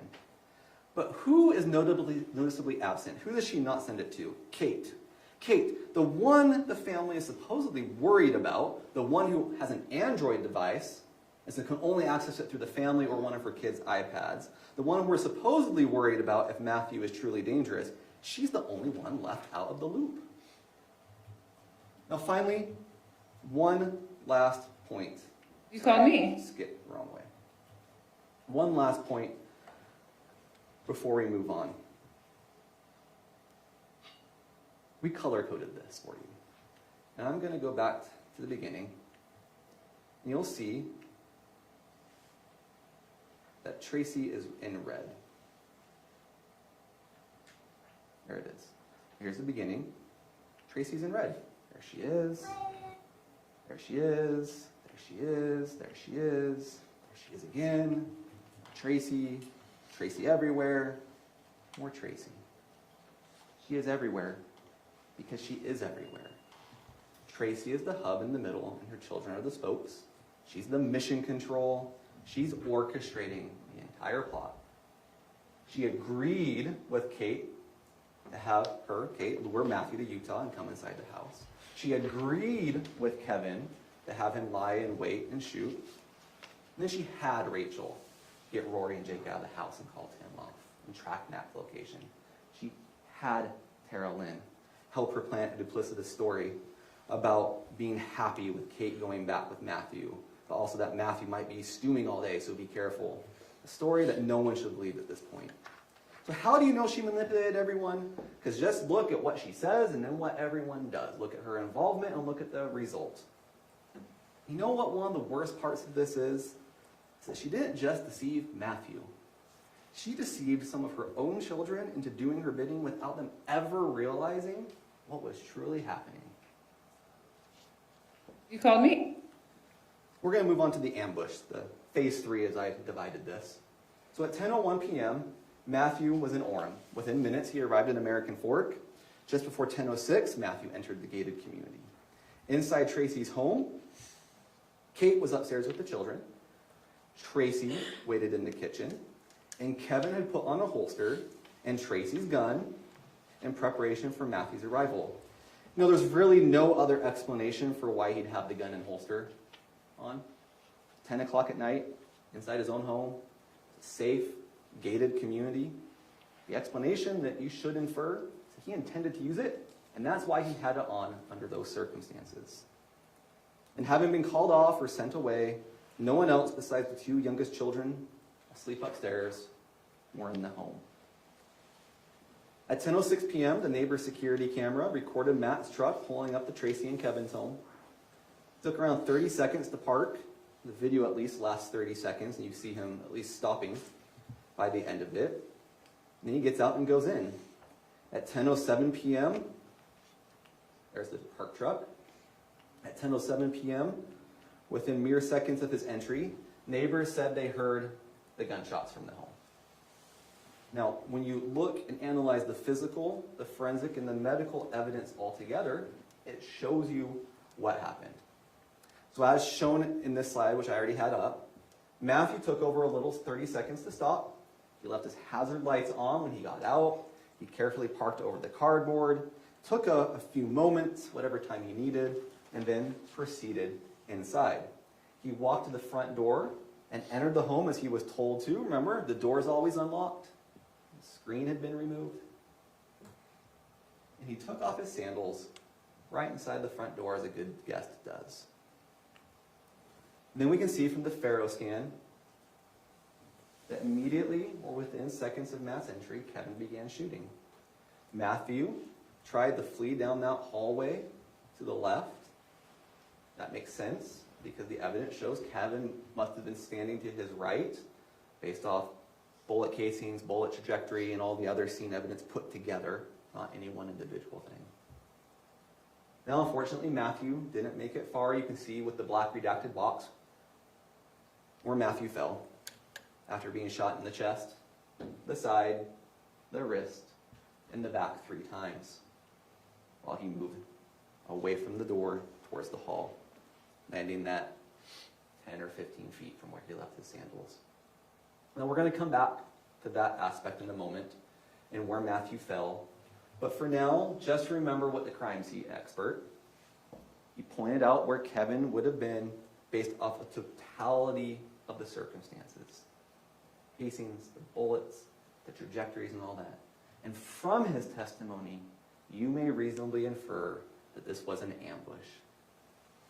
10:06, you saw it on the video, 30 seconds, more time to get to the door, 10:07 shots fired. There wouldn't have been enough time for Kevin to run around to that garage and get that gun from the safe. There would not have been enough time for Matthew to walk around as was described in some of the testimony. It was immediate or near immediate ambush. And that's the result. At 10:08 p.m., the neighbors who had heard the shots texted Tracey and asked if they were okay. At 10:09, no response. They called 911. Now, around this time, Kate, who had stayed upstairs with the kids, overheard Kevin say something to the effect to be careful, because he, being Matthew, might still be moving. Interestingly enough, that's one of the few things that Kate said that didn't have some form of independent or external corroboration until Tracey took the witness stand and said the same thing. So at least that part was true from her testimony. Tracey did not call 911 until more than 8 minutes after the shooting, 6 minutes after the neighbor had called. And by that time, police had already been dispatched and arrived 2 minutes into Tracey's call. Notice when they arrived, the lights were still off. No one in this 8 minutes turned on the lights. They were expecting him and didn't have the lights on awaiting him. Like I said, it was a bad cover-up to a bad conspiracy. We'll come back to that. In that 911 call, Tracey described Matt as armed with a knife, even though when she testified yesterday, she couldn't remember seeing the knife. To police who arrived, Kevin's first words were, "That guy had a knife and I voiced trailing off." These statements were not true. Matthew was not armed, he was not an intruder. Remember, he was invited, he was expected, he'd been tracked, the cardboard is out. He's given the gate code, specifically told to come in. Walk right in, because Tracey would be asleep. But she wasn't. And he did, to his death. This brings us to the cover-up, the obstruction, perhaps a better way to put that. First, there's the knife. Okay? As known on the 911 call, Tracey said Matthew had a knife. And then when police arrived, Kevin claimed Matthew had the knife. At the police station, Kevin reiterated Matthew had a knife. Tracey said the same thing at her interview at the police station. Hours later to the neighbor, Tracey also said Matthew had a knife. That's the story. A knife, as you can see, was found in Matthew's hand, but that knife was planted. There are numerous pieces of physical and forensic evidence that show this to be the case. Just start with the photo. Just to start with common sense. Does that look like that knife in these conditions was planted? Or that he'd been holding it all along? Now, as you consider that, consider this evidence. That knife is in the wrong hand. Matthew was left-handed. That knife is in his right hand. Second, the knife is in the wrong position. It's backwards in the wrong hand. So the blade is facing inward, and the spine of the knife is facing the fingers, with the finger grip facing the palm. Can I get that, please? So what I have here is not the actual knife. The actual knife is in that exhibit box. Remember, we showed it to you. You maybe saw the zip ties, because this evidence had DNA testing. You can't touch that. You can see it if you'd like. So we have brought in a demonstrative. This is you could call it a replica if you want. You could call it a facsimile. It's just another copy of that knife. You can see what it is, a tactical knife. You can see back here the spine. You can see right here the finger grip. And you can see how someone would naturally hold this knife if they were going to use it. But you can also see from that photo that that's not how the knife is being held in his hand. It's being held 180 degrees backwards, because it was planted in his hand.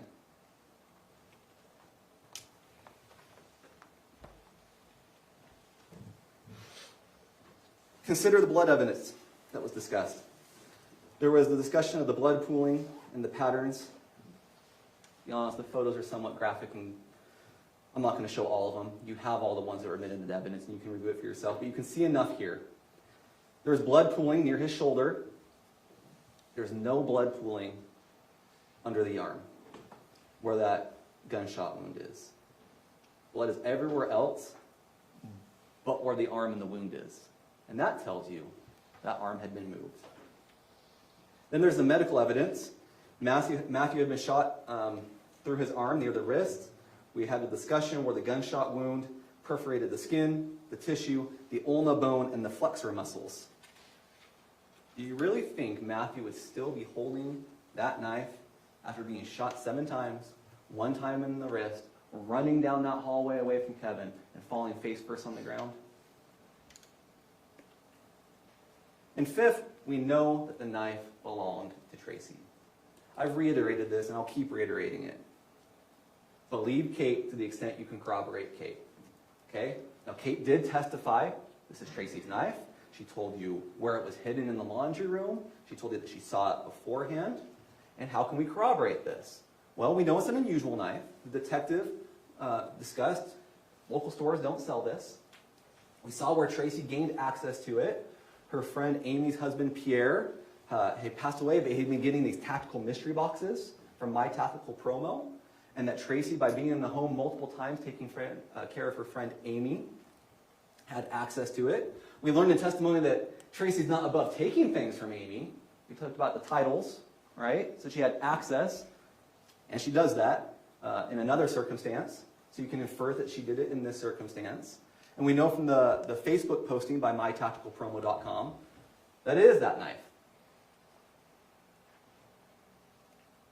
And then there's the DNA evidence, where, there's a lot you can say about DNA, but what you can say is there's very strong support that the DNA on the knife belonged to Matthew and Kathryn, or Matthew and Kevin, and Matthew or Tracey.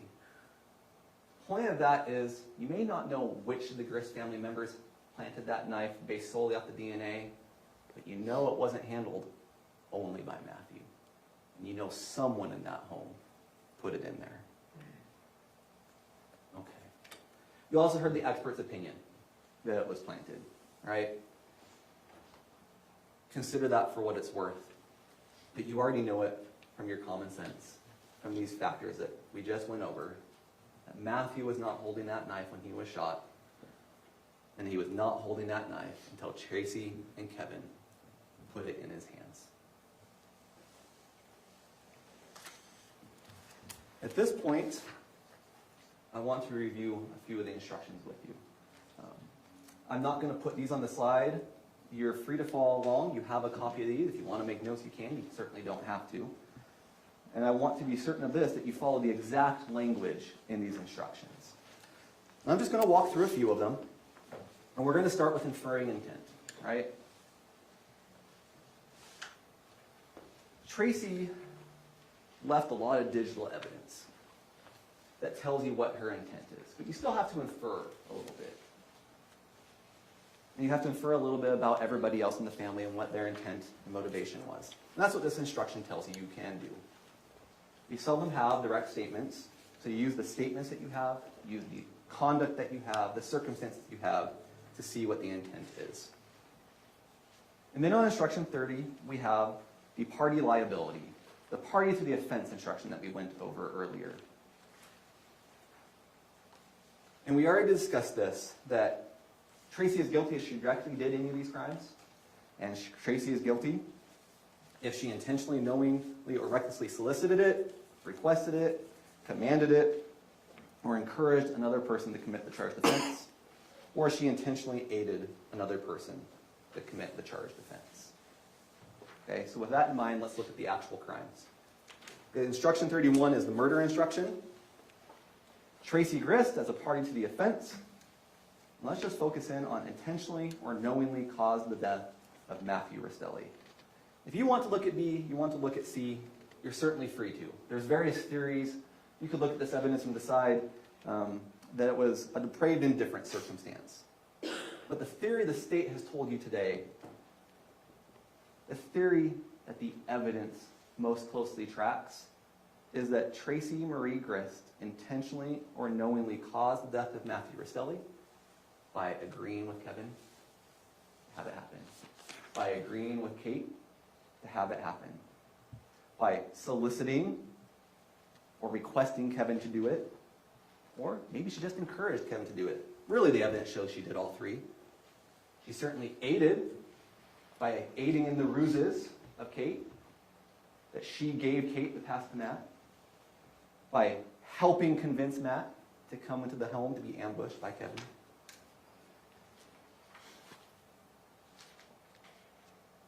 Then we look at instruction 34, conspiracy.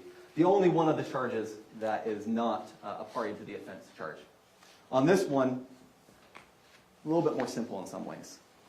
Tracey Grist intended that the murder be performed, agreed with one or more persons to engage in conduct of performance of the murder.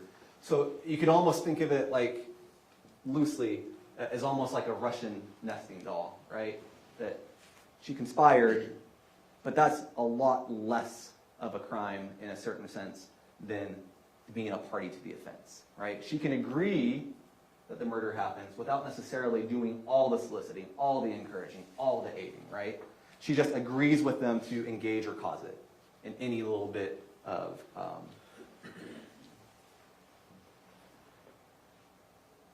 should probably rephrase that slightly differently. She agreed and then took a substantial step along the way towards committing it. And the substantial step could be a little bit or far less than the party to the offense soliciting or encouraging or aiding.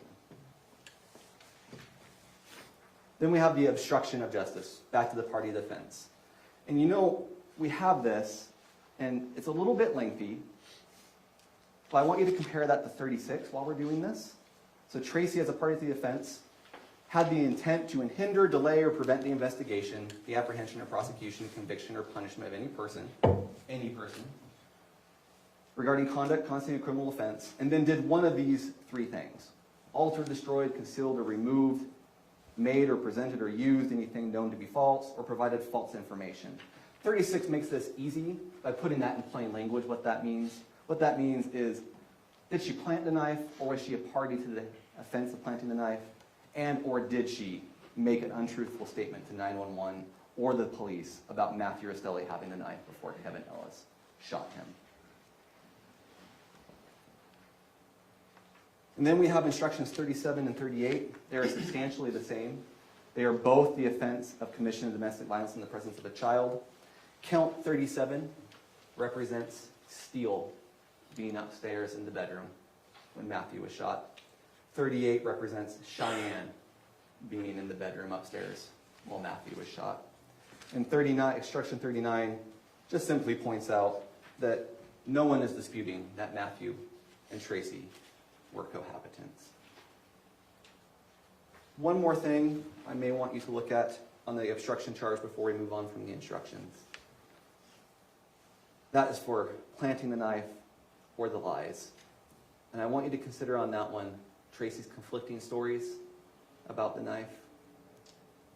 You can see the evidence for yourself. There's no way she didn't see the knife. But think about the conflicting stories about a related point to the knife. She told Diane that she hadn't checked the pulse. She told 911 that Kevin had checked the pulse.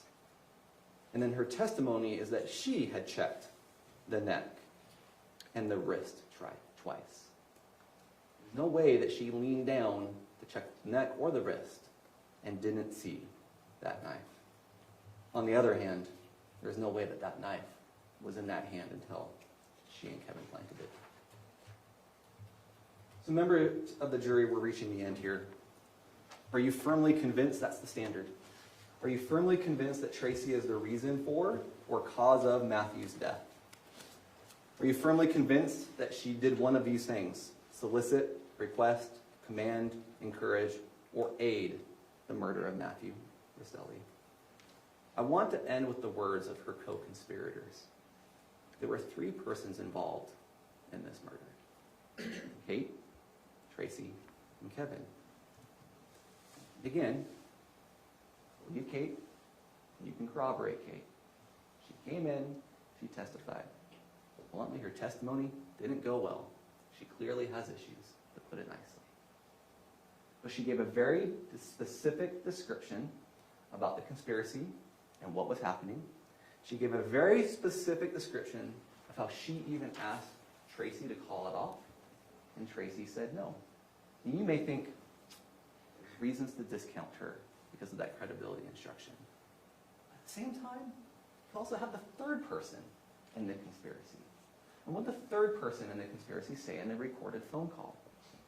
Kevin said also that this was Tracey's idea. Kevin admits to his involvement. And Kevin says that he tried to go to Tracey and say, "Are you sure this isn't the best idea you're having? You will affect so many, many lives." She ruined so many lives, and I'm worried to hurt her feelings. Yeah. Well, I can tell you something now, a little extra. What's that? Oh, I asked if she was sure.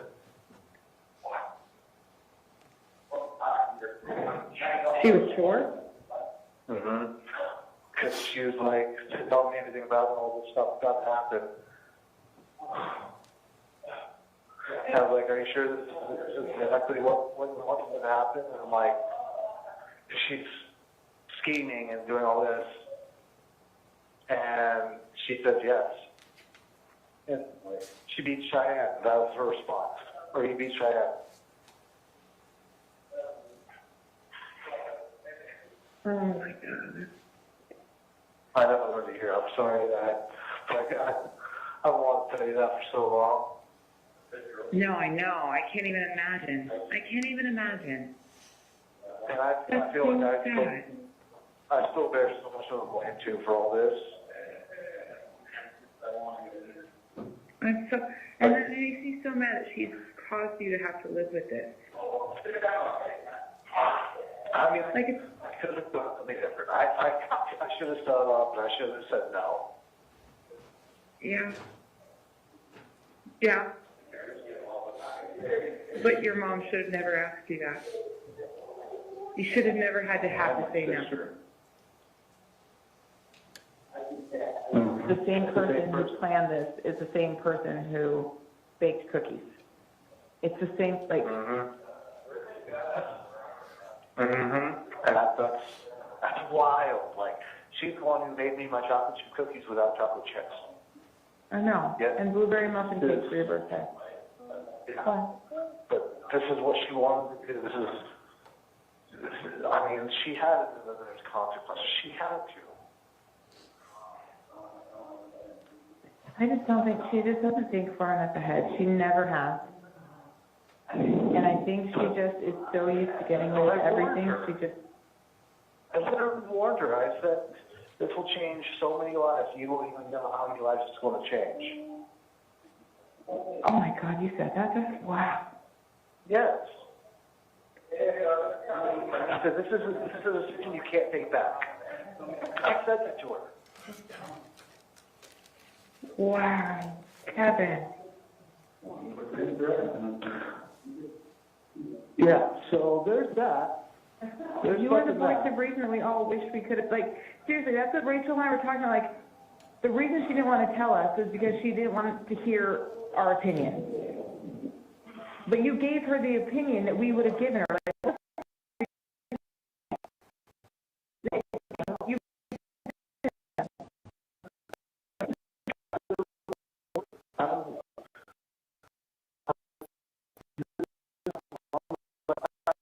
I don't remember exactly what I said, but I know I got it across very eloquently and very efficiently. I was like, this is not the best idea you're having. Like, think about it for a second. oh my God. So, and then that's why I feel so much blame, because I would step up at that point and be like, you know what, no, I need to take my own advice. Yeah. I trusted her.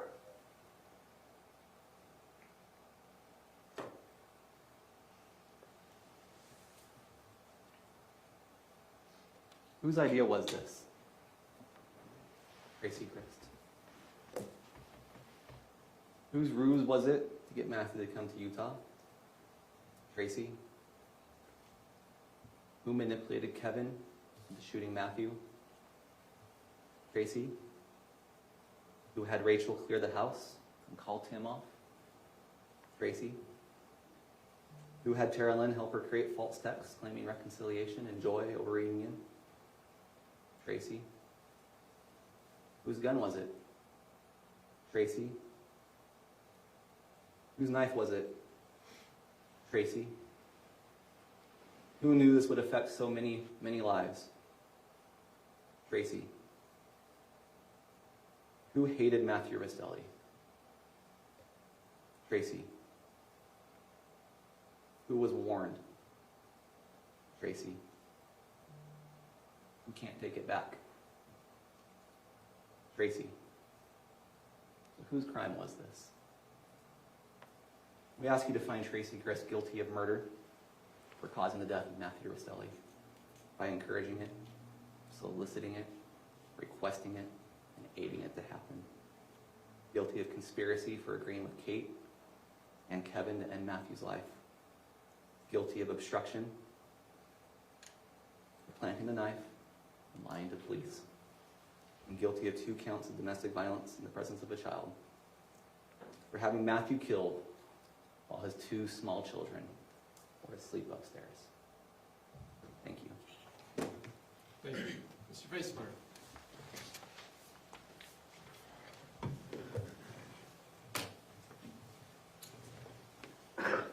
That's a lot to digest. It's 2 hours. included words like she's not leaving on a jet plane, as sure as the day goes long. This isn't a joke. This isn't an opportunity to write a novel. This isn't a benefit to come up with great little catchy phrases. This is about a man who came up from California to be with his family, and now he is dead. It is nothing to belittle, take light of. It is a serious matter and a serious allegation, and a serious and devastating loss. When you listen to the phone calls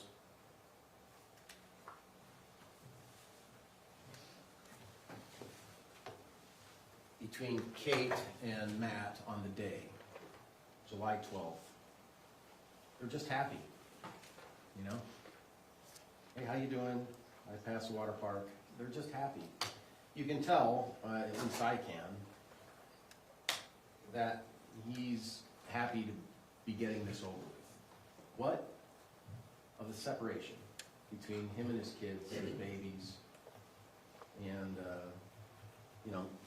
3 weeks of probably, in his eyes, hell, even though he had to sort of endure it alone, because his wife took his kids. But there's a lot to this story that the state has produced with their big team of people and their big stuff that they have. That certainly is intimidating to anyone faced with these things. And when you look at all the red in that little figure that was presented to you, the graphing, it's because they produced it. It didn't account for all the other text and all the other stuff. It just, they produced the red. They produced it. They present it. They intimidate with it. Law enforcement intimidates with it to try and prove their case as well. And it's intimidating. It's intimidating what could happen when you enter a plea, what could happen when you resolve a case, when they present you have no choice. Well, today we had a choice. And the choice was to plead not guilty, that I wasn't part of a conspiracy, that there was just a tragic thing that happened. And did it happen? Yeah, it happened.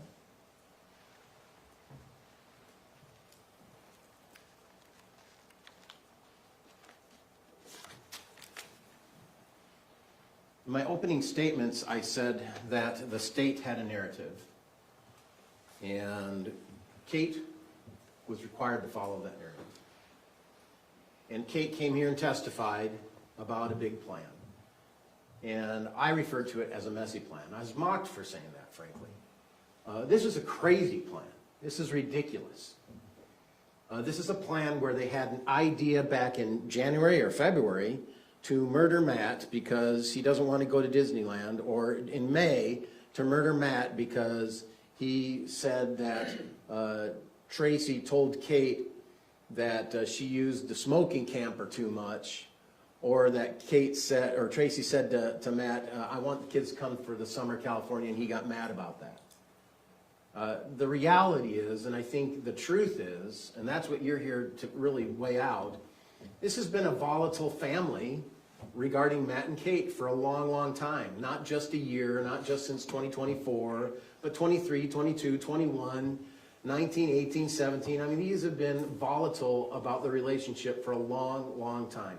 It was known to all the family members, every single one. Tim referred to himself as a peacemaker or peacekeeper.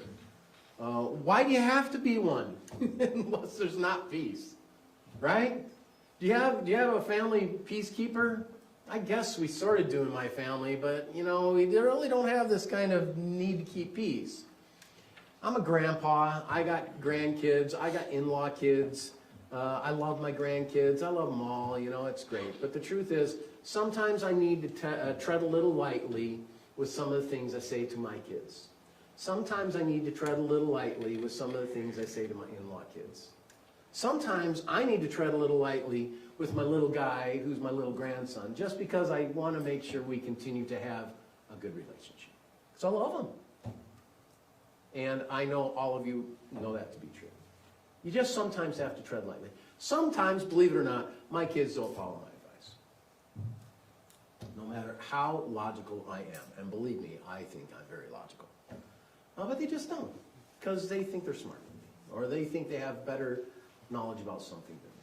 Sometimes it's really important. Sometimes it's, hey, you need to maybe treat your wife a little bit better. Yeah, those conversations actually occur in my family. They occur between my wife and me, too. So, you know, it's an ongoing process of trying to get things better. But that doesn't lead to some huge conspiracy about murder when nothing said today talks about the fact that the killer is Kevin. Kevin killed a guy. He shot a guy 7 times. And that officer's testimony, that expert, he talked about how he's trained that you have to unload till the object is not moving. They're trained that because this inclination is not to do that. The inclination is just to shoot. But we never heard anything about Kevin being high on cocaine today. We never heard about Kevin being out of his mind on the impairment of a controlled substance, because that doesn't matter. You know, that's not really a fact. That's not a fact to be considered, I guess. It's a consideration for me, because it makes me think that that guy's not thinking right, that that guy is not thinking properly, that that guy's impaired. Cocaine is a big drug. It's a big drug. Not discussed. Doesn't matter.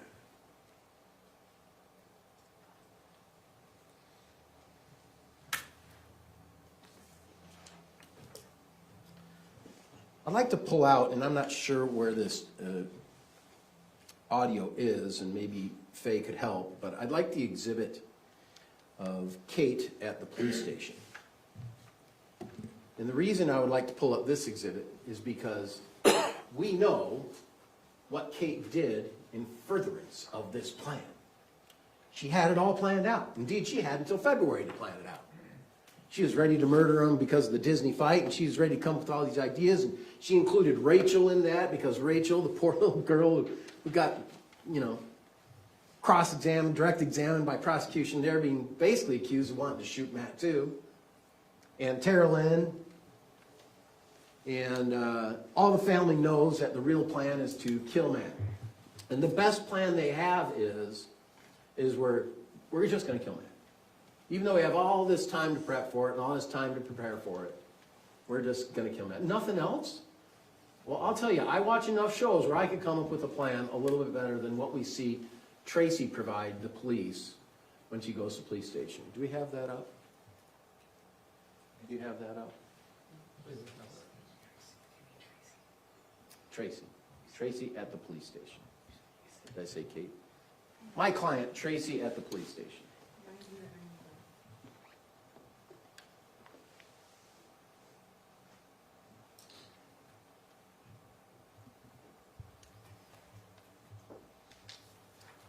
As you might remember, Tracey was on the front yard.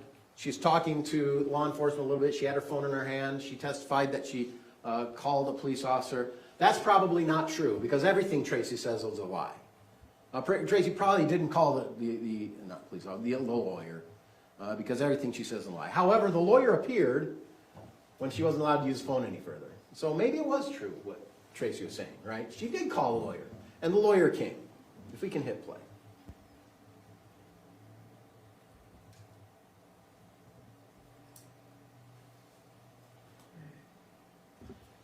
These are unrefuted facts that you cannot challenge.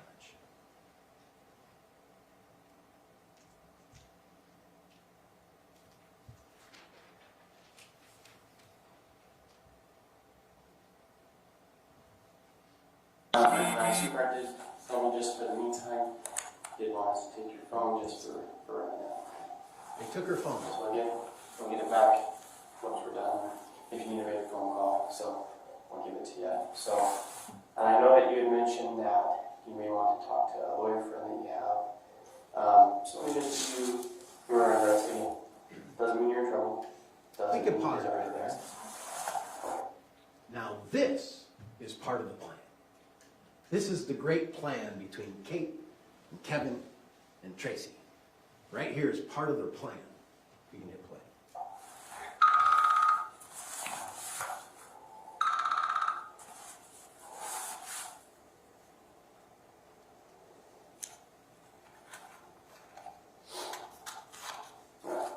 So you have the right to remain silent. You say you can or will be used against you in a court of law.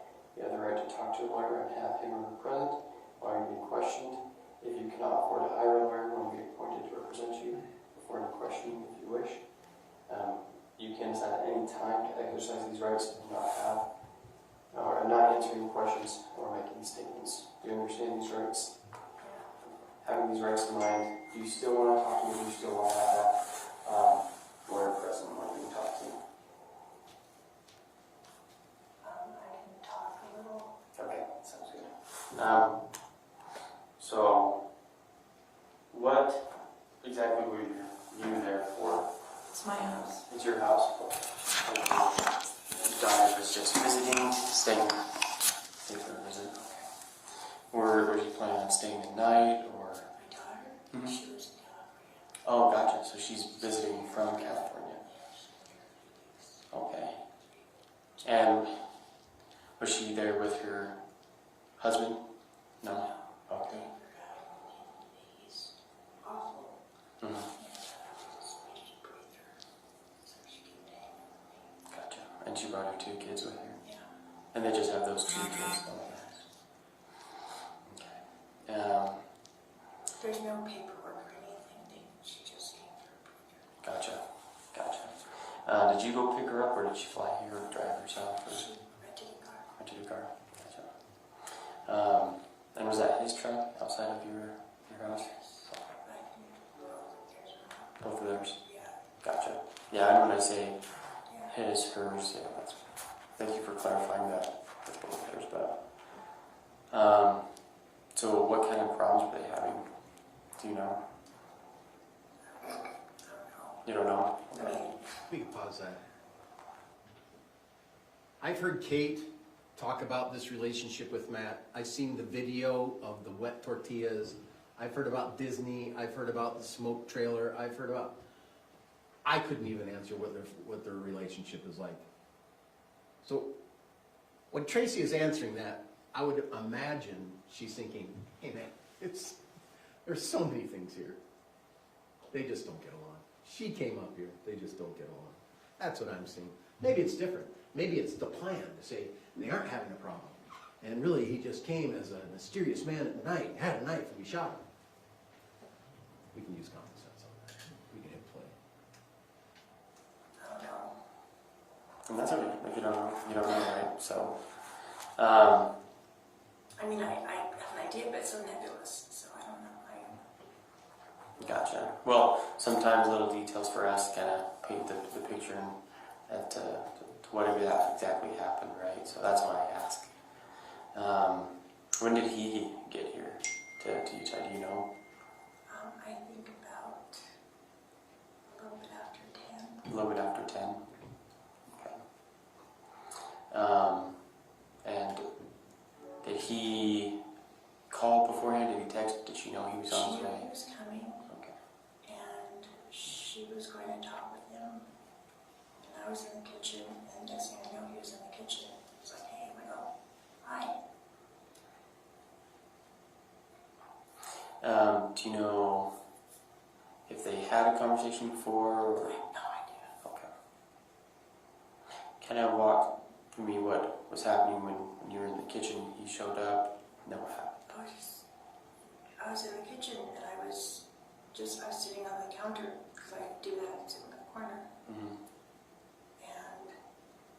And he said hi, and then he walked into the other room, but he was acting different. Mm-hmm. What do you mean by he was acting He was different? just, how agitated. Mm-hmm. I don't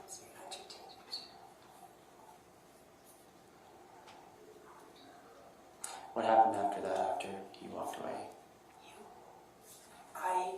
He walked away. Mm-hmm. He said, "Is Katie upstairs?" And I said, "Yeah, she'll come down." That's the last I heard gunshots.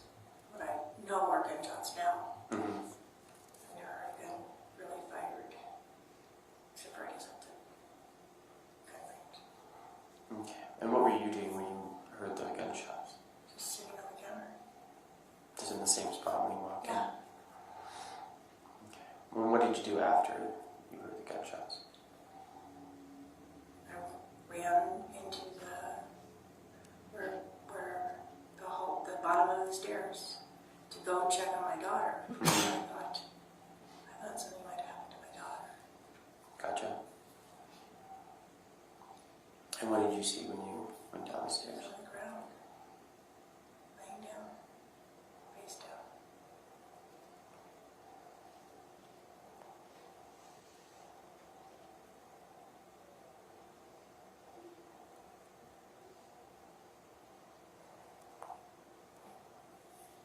And then what happened? I called 911. Mm-hmm.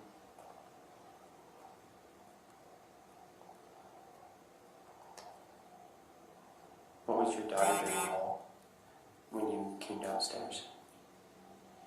When I came down to my... Yeah, when you came I down went the stairs. upstairs. Oh, sorry, my apologies. I misunderstood. Do you know who this is? This is the family attorney. Oh, gotcha.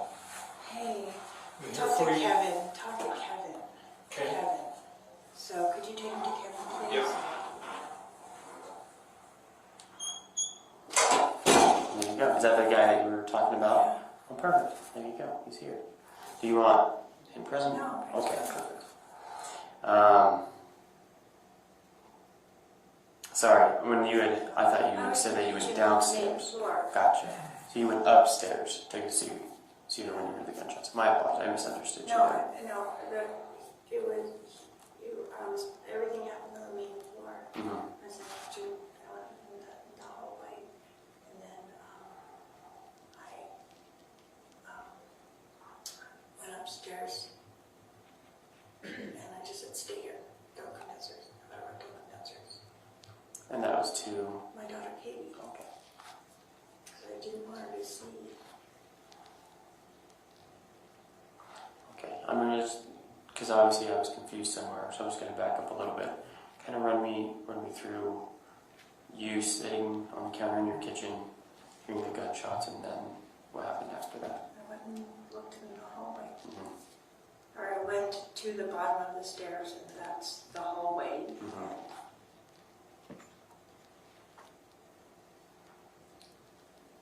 I don't know what else happened. So after you went to the bottom of the stairs, then you went upstairs? And Yeah, and I with your daughter? she said, "What happened?" I said, "Just here. Just don't come downstairs, please. Don't come downstairs. Please don't come downstairs." I didn't want her downstairs. And then what happened?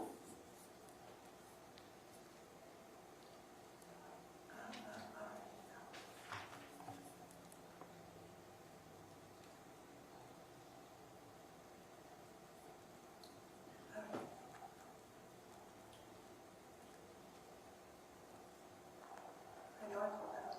Mm-hmm. And they asked if I had to see her, and I was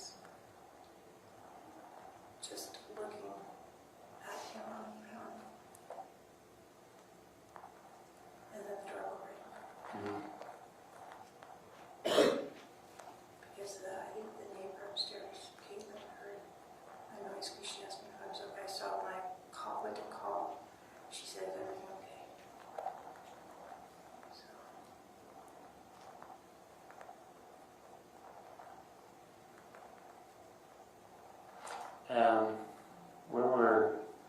And what's your daughter's name? Sorry, I don't keep referring to her as your daughter, Katie. Okay. And you probably mentioned that, but I heard Caitlin and I didn't want to get confused. Where were Caitlin's kids at when this happened?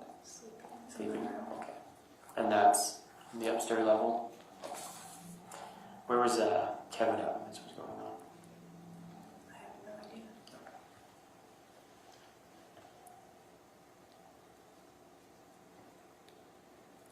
Well, thank you for kind of letting me know on your side of things what was going on. So I'll step out, and if we have more questions for you, I'll let you know. Okay. Okay. Thanks. It's 11:42 that night. Shooting taking place 10 after 10, something like that. If we can play the next video.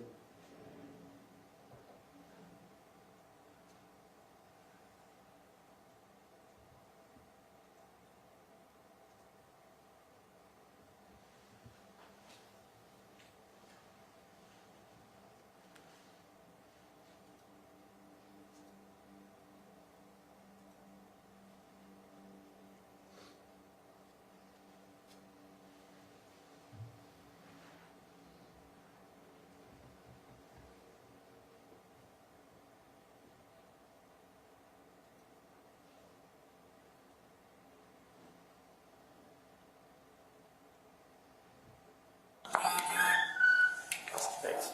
Sure. You can have that seat. Okay, Tracy, I just wanted to kind of give us some time to kind of think. I know you were saying a lot of I don't knows and stuff like that, but is anything else kind of come to your mind right now? No? Not at all? Okay. I am so in shock. Like did his parents know? Did someone call his parents? I assume someone has at this point. I've only been here with you, to be honest, so all that information I don't even know myself. The only information I know is kind of what you've told me, and that's about it. So. Or is Katie here too? I believe she is, and with her kids came with her, yeah, so they're not alone by themselves. Where's Rory? We're at Rachel's house. In Ogden? Uh-huh. Okay. I don't know. Is that That's another another kid? kid. Rory's Sure. my daughter, Yeah, Rachel's just my got other her. daughter. Gotcha. Okay. So just to be like candid, I kind of feel like you do know a little bit more than you're letting on. Nope. Okay. It was, he appeared, And I was in the kitchen. And I guess I'm asked- more talking about with kind of stuff with Kevin. With Kevin? Mhm. Nope. Not at all. No idea where he was. No. Okay. Okay. Well, again, honesty it's the best policy. I'm when it telling- comes to- I almost know nothing. Okay. She schools me on being honest. Well, good. We always need someone looking after each other, right? To be honest and forthright, right? So, and again, that's just And kind of I've the vibe that I'm getting. So. And I've told her Mhm. that the most important thing is to be honest and truthful, and we can decline to answer if we want to, and she will do that, but she's not, so far as I know, withholding anything. Gotcha. Okay. Well, I just wanted to come in here and see if you did remember me, because again, like I said, I know you were saying like a lot of I don't knows, and so I just wanted to see if you remembered anything else and talk you with a little bit, but nothing comes to mind at all. I interacted with Matt for like maybe 3 seconds. Mm-hmm. And I didn't see Kevin. And Matt went around the corner, and by the time I got, I don't even know, I didn't see anything. All I heard was noise. What were the noises that you were hearing? The shots. That was the only Yeah. noises. There's no conversation, no confrontation at all. Not that I heard. Gotcha. Have you been to the house? Do you know the layout? I haven't, so This is the plan.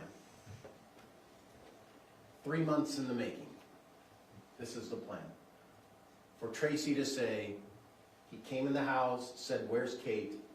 And then I don't hear anything, no confrontation, no arguing, and then gunshots. That's the plan. That's ridiculous. If you have a plan, you're going to have some kind of plan, aren't you? I mean, just previous, it's now 1:47 in the morning on this video. Kevin had already said he had a knife and I shot him. My client said there's not even an argument. I heard nothing like that. Just where is she? And so we can pull that down. And so now we have to go into the delving of other things that the state is presenting, the government is presenting to be these reasons, sort of like leaving on a jet plane. We're just going to pull it out from other lyrics and come up with ideas. Like number one, the reason that we're coming to have Matt murdered is because of this terrible custody fight. Well, there was no custody fight. The only thing about custody in this whole case is a telephone conversation that Kate had with a lawyer who said, hey, if you're in California and then you go to another state, he can file some paperwork to have you come back if you don't agree on it. And then proceed forward in a divorce case. Tracey has been divorced 4 times, has custody, has shared time. The kids have said, I saw my dad every other weekend. The sisters didn't come as much, but I did with my brother. That sounds like something I hear all over the place. But because of some big custody fight, there wasn't a custody fight. There was going to be. Let's not confuse ourselves, right? There's going to be a custody fight. I don't think they're going to last in this marriage, to be honest. If Kate and him drove back to California, maybe they'd give it a try. But I honestly think, personally me, her substance use, smoking weed all the time, being high all the time, Matt's trying to get off alcohol and Buddy's alcohol problem, they're just such a volatile relationship. I just don't see it lasting if this horrible experience didn't happen. Just don't see it lasting. I see obviously a divorce coming on the horizon. I also think that's the reason they have a storage unit, that she had stuff that she left in California, knowing that at one point California is going to have to be a home plate somewhere in relation to the divorce of the kids. So some ruse of this being a big custody fight, it's not a big custody fight. Frankly, we all know where most kids go in custody fights anyway, don't we? Goes with mom. Dads get the weekends and holidays. Matt's not working. Mom's working for an Airbnb sort of as a side hustle job. But the divorce just isn't a custody fight. It's the preliminary. You know what you have when you do a divorce? You have a conversation to talk about the stuff and the kids. That's what you do. The real estate, the TVs if you care, the DVRs if you care, and anything of value if you care. And then the personal things. You always talk about those. Because there are some things that are personal, you know. My mom's ring and my dad's ring and those things. But the big plan, this is it.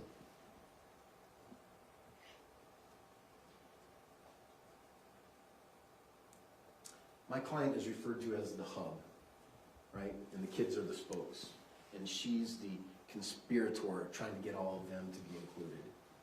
I don't think that's what you heard at all.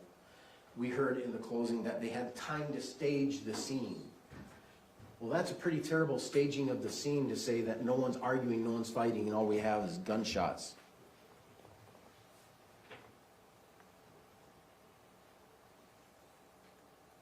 And the question was the final straw in the battle between Mom and Matt, Mom being Tracey. They had a Disney battle because Matt, and the exhibit's there for you to see, Matt was going to decline the Disney trip, and because he declined the Disney trip, the 2 little kids aren't coming either. Well, guess what? They went to Disney. And they had a fun time. And it was a good time. Now, there was an incident that Tara Lynn saw where Matt was abusive towards his kids. But over the time of the Disney, everyone had testified it was good. Everyone got along. Now, before that, Matt was very angry at Tracey.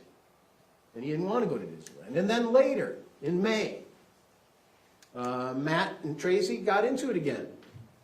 As Tracey testifies, she testifies that I talked to Matt about coming to Utah with Kate and the kids. Matt did not like that idea. We needed the money to stay in California. Kate needed to work. I guess Matt was trying to work. I don't know. Just seemed like that volatile relationship, right?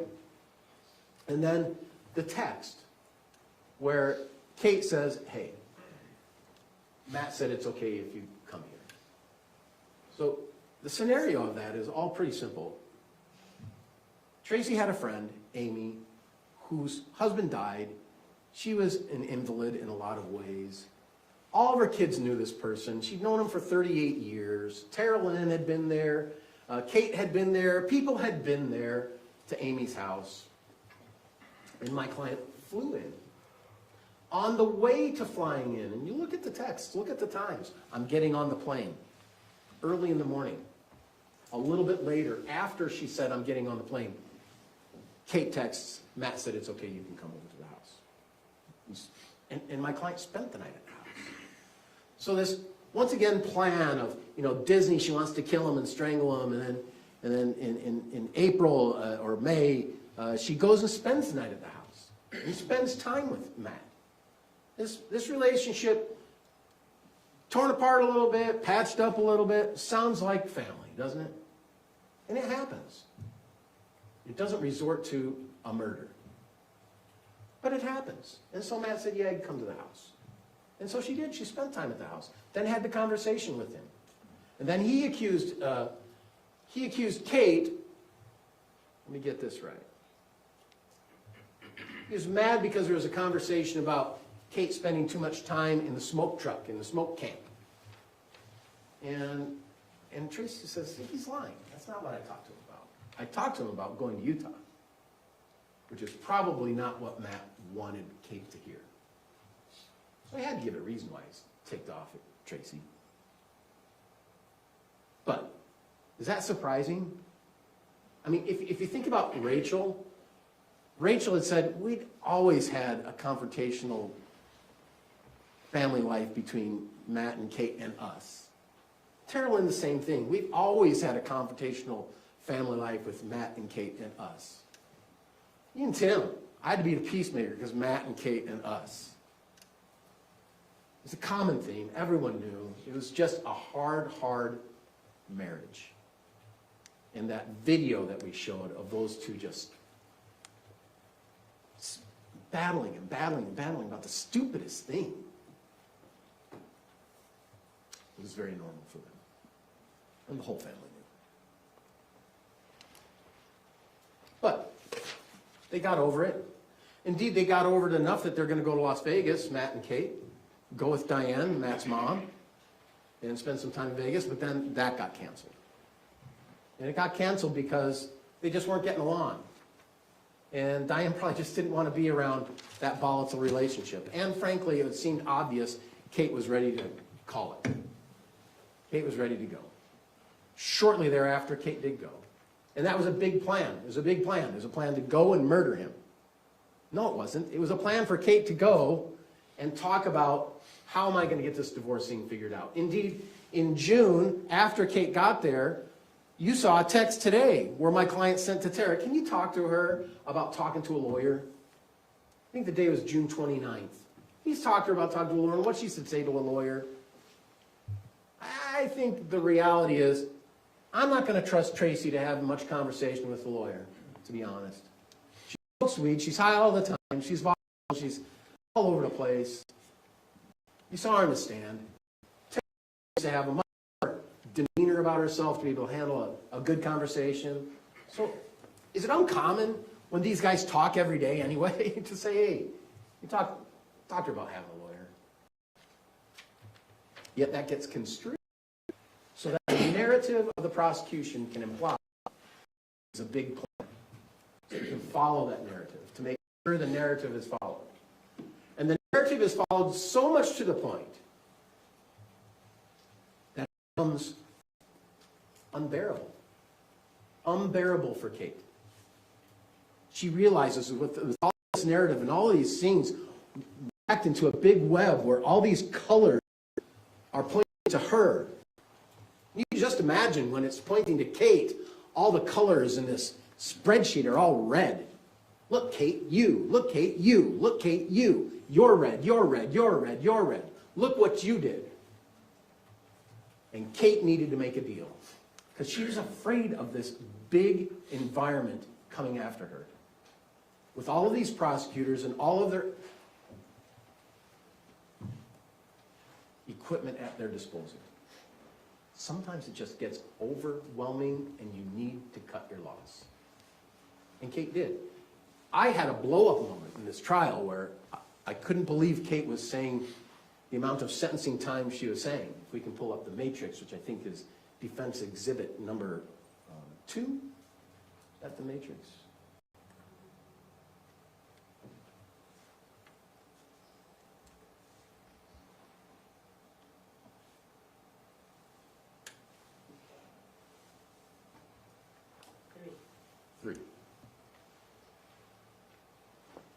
So I lost my stuff for a minute, and I had to ask for a break, and I had to leave the room.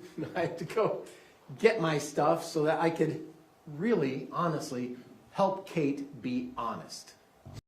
Because at the bottom of this box, it shows 108 months. You could show the bottom of that box. Her life, she wouldn't agree to that.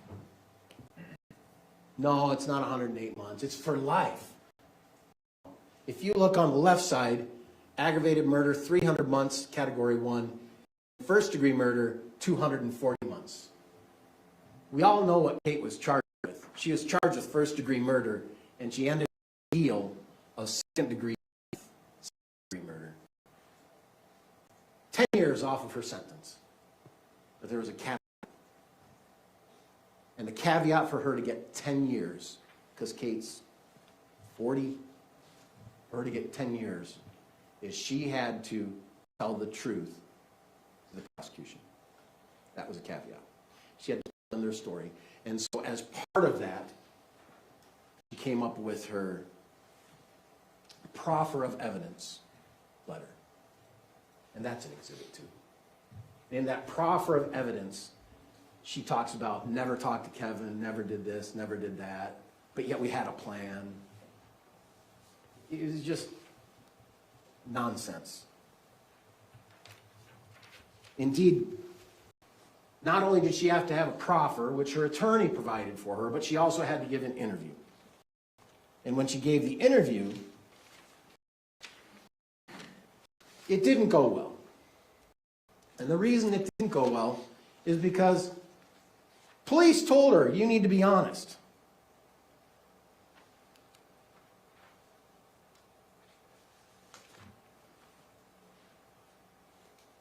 And I asked her that.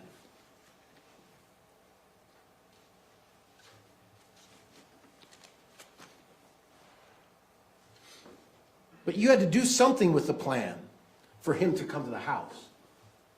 Right. So you knew that, correct? Yes. I want to hear it. Yes. Boy. I made sure he would come inside the house. Yes. That part of the plan? Yes.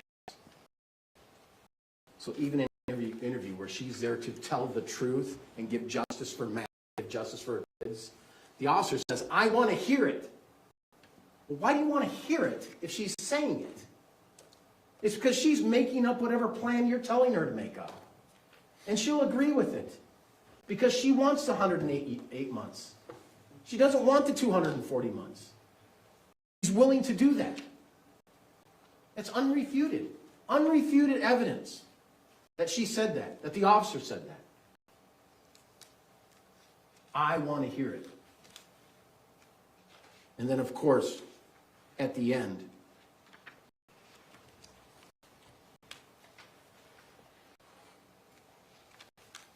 it said, the plan isn't on, right? It's the officer. And she says, I feel like it was 50.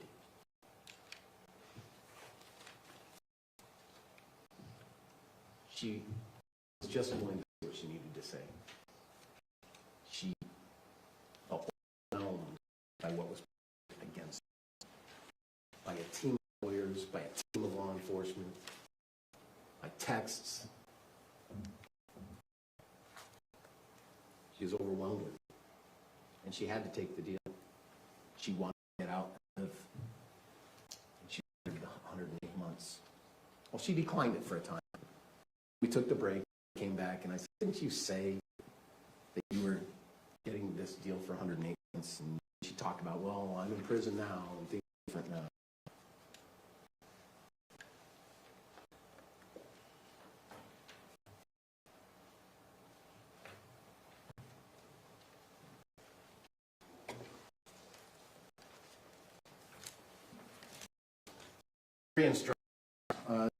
Get it and figured out.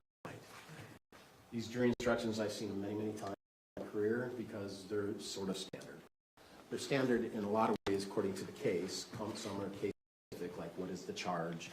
Most of these instructions are over years and centuries of instructions to juries to get refined to what we have before us here. Some of these instructions I would ask that you look at with close attention.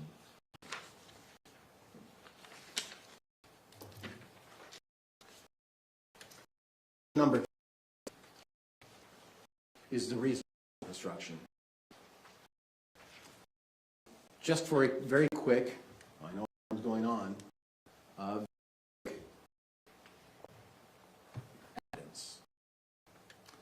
Evidence has to be decided on a certain standard.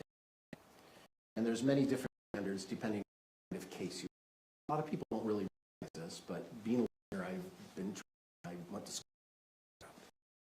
Criminal cases is required to be beyond a reasonable doubt. America with TVs, we've heard of that many, many times. But there are many cases that do not require reasonable doubt. But we want a level of proof possible to ensure justice is served. Because we don't get as a community, as a form of getting as a but there are other instances. And so going down the tier is usually, you have to have clear and convincing evidence if you want to have kids be, but to have the kids be taken away in shelter and provided foster care at the time. Unreasonable doubt, but you need clear and convincing evidence. And if you get in a car accident, you break your leg, sue the guy appropriately, you have to prove by preponderance of the evidence. And preponderance is sort of like a little bit more than 50%, you know. You just need to prove your case better than they prove their case. And then if you want, if you have some other law enforcement things like a search warrants or things like that, you need probable cause. It's less than preponderance, it's less than clear and convincing, and it's all less than the highest standard of beyond a reasonable doubt. In this, it says, the second sentence, it says, there are very few things in the world that we know with absolute certainty. I always wonder about that. You know, I know the lights are on. I know my car's out there. But this instruction says we know very little things, very few things with certainty. Okay. In a criminal case, the law does not require proof that overcomes every possible doubt. Then at the very end it says, on the other hand, instruction 10, if there is a real possibility that she is not guilty, you must give the defendant the benefit of the doubt. And that's reasonable doubt, beyond a reasonable doubt. If there is a possibility, it must to be defended. Instruction 8 is about witness credibility. Witness credibility is a common witness instruction or jury instruction that most people I think are not aware of. In summary, it's as a jury to decide a witness's credibility, whether they're believable or not believable. It's not your job, it's not the judge's job, it's not anyone's job but you, and that's our job. In this instruction, it does say if someone has lied, and this is the last paragraph, you may believe and disbelieve the rest. You may believe nothing they're saying if you think they have lied. In other words, you may believe all, part, or none of a witness' testimony. And I know this case is involved because a code according to the state. I think the testimony was so wise in all of her testimony, and I'll give my reason for that in one very simple question I asked. Did you love Matt? She couldn't even say yes to that, even the relationship, because she was planting in her mind she needed to hold that 8 months, needed to the state's position. She couldn't even answer simple. Then why are you dating the guy you don't love him? Why are you having a baby with the guy you don't love him? I'm not talking about during July 4, and I'm specific. Did you ever? She could never say, love Matt. She loved Matt at one time. They spent years and years together. Volatile, as I get. But there's just a time when it was, it's what we call the softball. You know, they throw you a softball pitch so you can hit a home run. Even the softball she couldn't hit out of. She's just so filled with the need to support the position because of all the things that were built up against her. And she did not want to mess that up. She had to make sure. And at the end of her testimony, she basically said about almost everything. And I asked her time after time, isn't it true that you said this and that you said that? Time, she disagreed. And then time after time, she just said, I lied about that. I lied about it. In your testimony, you say, I'm going to get law enforcement and the prosecutor to be true. At the end of your testimony, saying about the whole thing.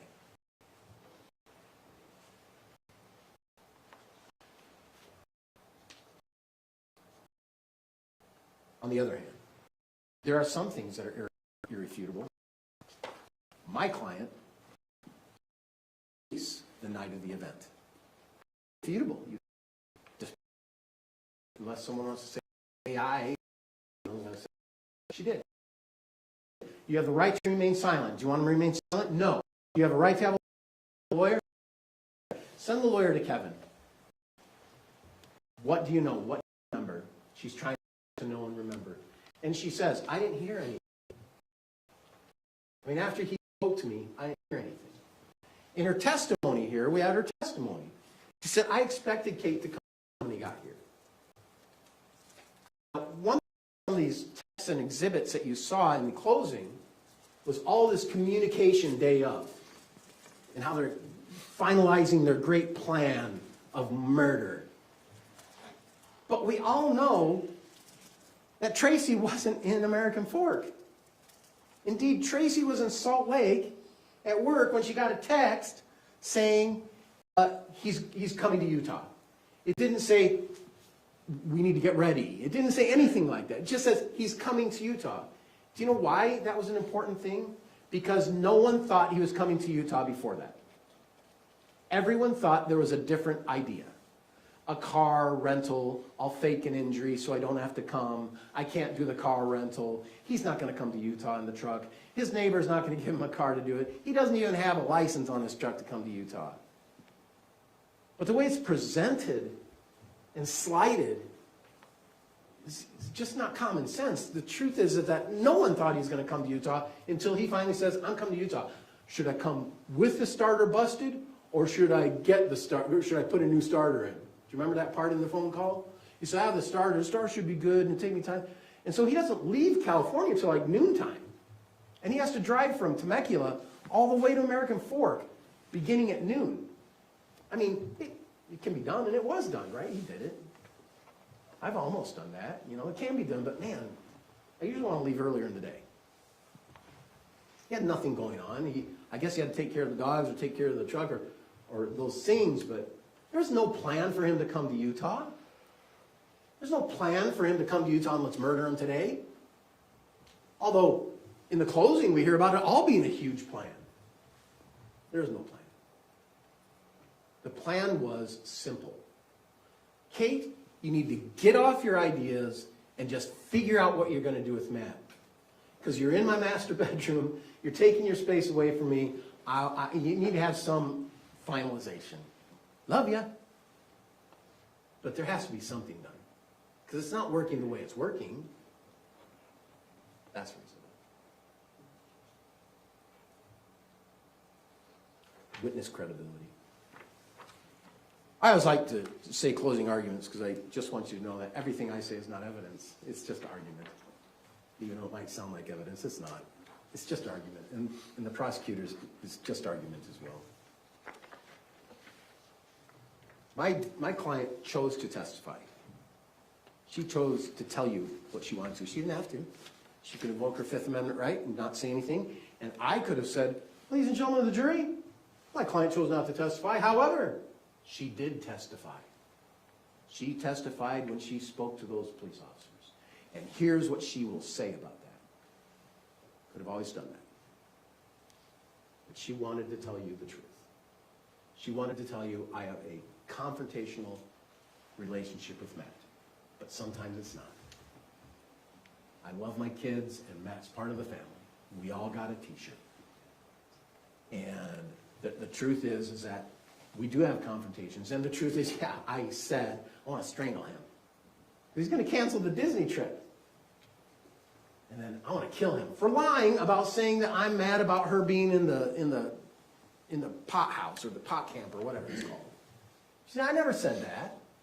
I said to him that, hey, be good if Kate came to Utah in the summer and spent some time with the grandkids and the other cousins, which he did not like.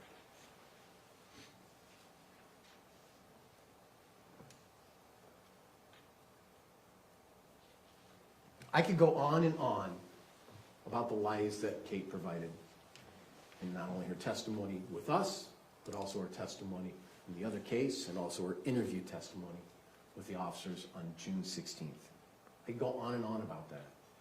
But I think that's very clear, that her just testimony was filled with fear, non-truth, defeated her own alleged purpose for coming forward of truth and justice, and really falls in the face of fear that she's going to spend a lot more time in prison.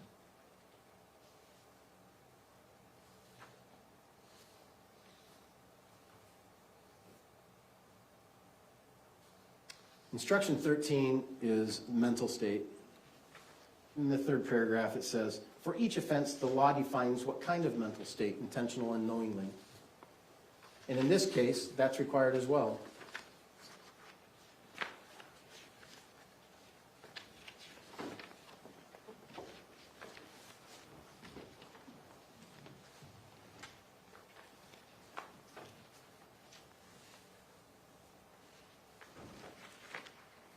Sorry.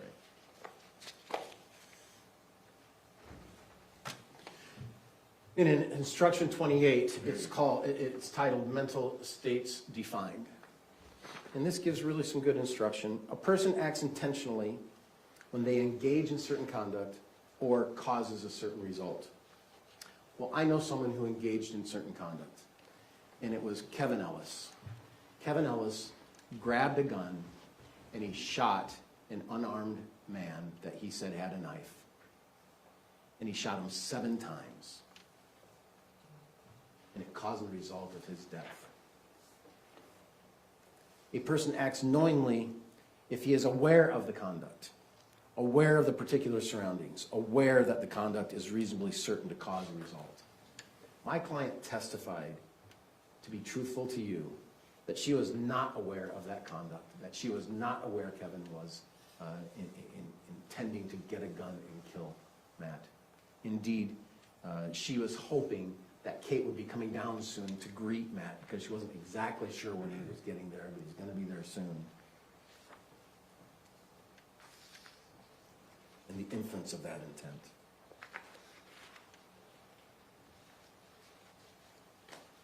And the elements of the crime are then provided in instructions.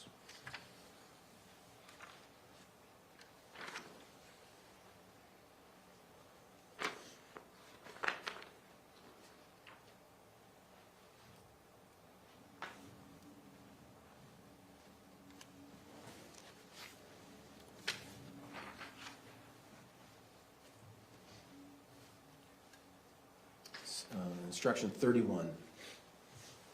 This is the instruction of the elements of murder. That Tracey intentionally and knowingly caused the death of Matt Restelli. It is surprising to me in this case how people are minimizing the actions of Kevin Ellis. He shot a man. He was high on cocaine. He made lies. And it seems to be minimized in this. In fact, I'll get to that in a minute. Instruction 34 is conspiracy. Conspiracy is if Tracey Grist intended that conduct constituting the crime of murder be performed and agreed with one or more persons to engage in the cause of performance of conduct. The state would have you believe that this is a long-time plan. This is a long-time plan for certain decided well before July 12th, well before July 11th, and that the whole plan on Kate coming to Utah was to murder Matt. That is not what the unrefuted facts show. Indeed, if that were, this is the messiest murder I can think of, murder plan, where my client says, no, he didn't have anything. I didn't even hear a fight. When I saw him, he didn't have a knife in his hand. When I saw him later when he was dead, I did. But when he said, hey, I didn't see a knife in his hand. Why would she say that?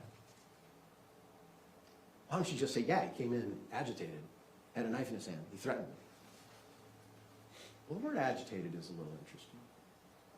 I just drove 10 hours, and I pull up to the front yard, and my wife's there with my kids who I haven't seen in 3 weeks, and she ain't there to greet me. The heck. I'd probably be agitated if I walked into it, like, well, Kate, I mean, you know I'm here. So for my client just to volunteer, just off the cuff, he seemed agitated. Didn't say angry, mad, just seemed off. She did say he didn't have a knife. Did not have a knife. That's because she's helping the plan, helping the conspiracy. And the obstruction. The obstruction that she planted the knife. Her testimony is when I first saw the body, I looked at it, I don't remember what its real visual was. I went upstairs, I knew Kevin had shot him. Kevin said he had a knife. Went upstairs and said, Kate, don't come down, don't come down. Came downstairs, had to find my phone, called 911. There's a confusion about 911, frankly, because they used the name Caitlin, and are you Caitlin, or something like that, and my client was confused on the 911 call, because there's Katie and there's Caitlin, and Caitlin had already called. It is confusing. But on the obstruction that she planted the knife or lied to the 911 call. Her testimony was, Kevin said he had a knife. She didn't say, he had a knife, Kevin. No, she said he didn't have a knife. And then when she went over to where the body was, Kevin said, he had a knife. And she's relaying that to 911. That all of a sudden comes up to another charge the state can charge against you, right? Well, there's another one. Obstruction.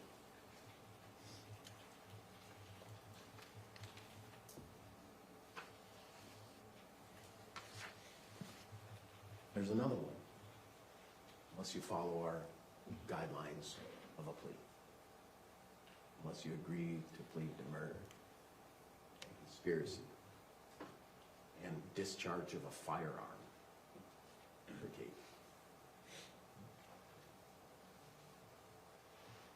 On the elements of murder, that you intentionally and knowingly caused the death of Matthew Restelli.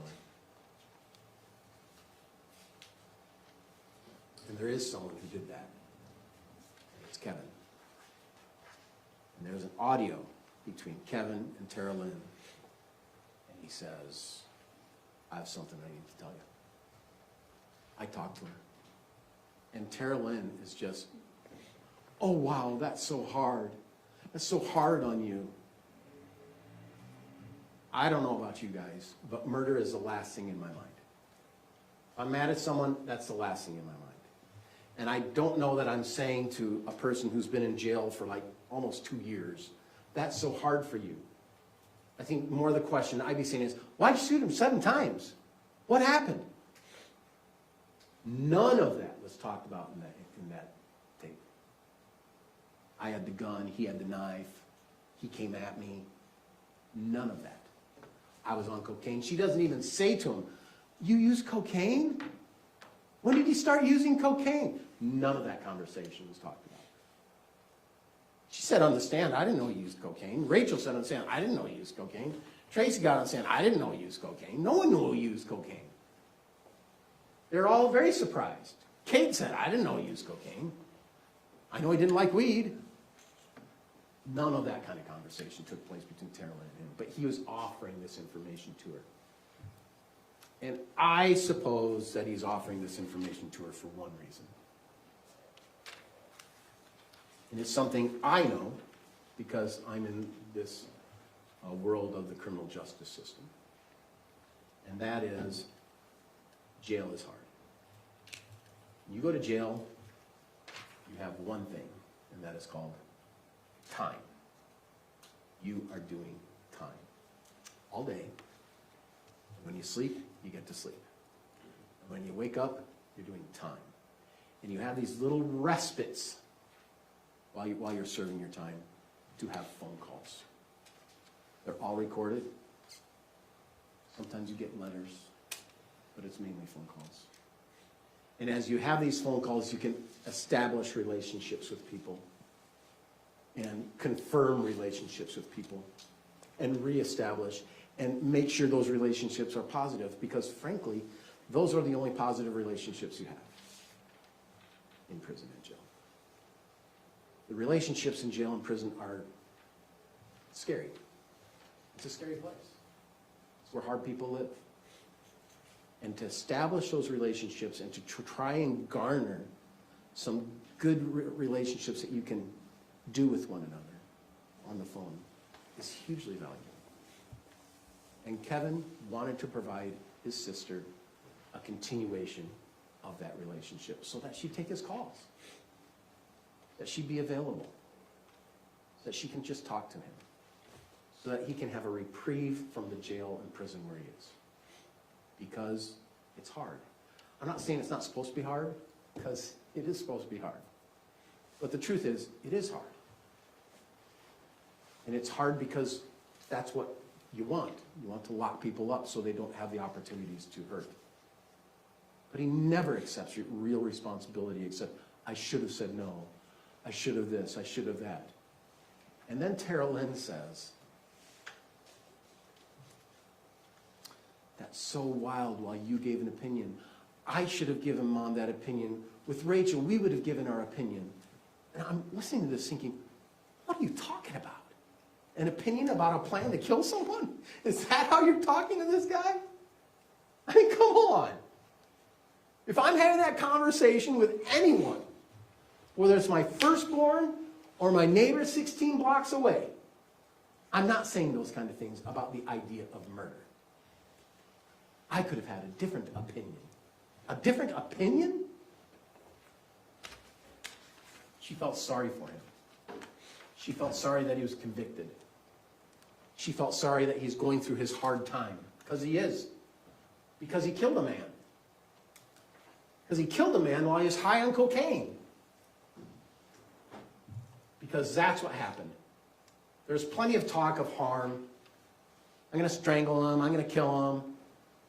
I'm mad at him. Got my tortillas wet. There's plenty of talk about harm and anger and volatility. But there's no plan to kill Matt.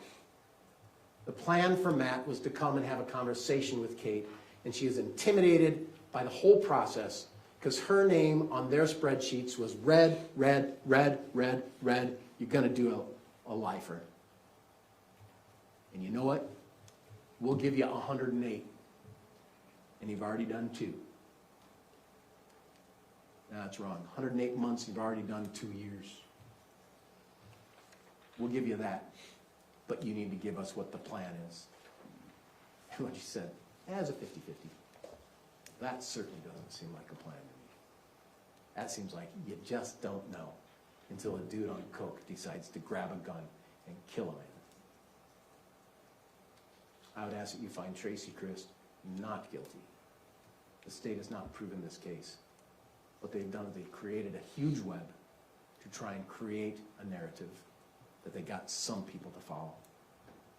It's just not what is the truth. Thank you, Mr. Freestar. Can I see you and Mr. Pomeroy up here for a minute, please?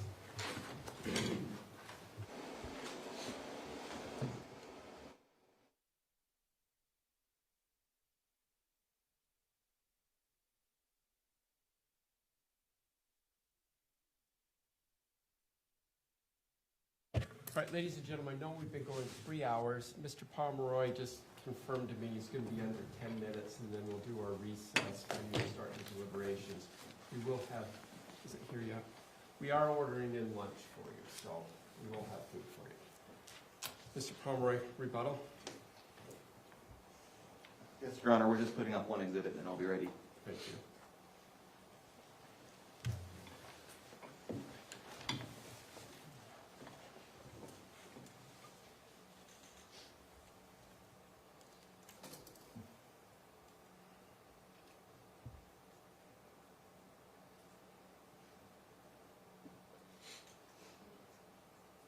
You plugged in?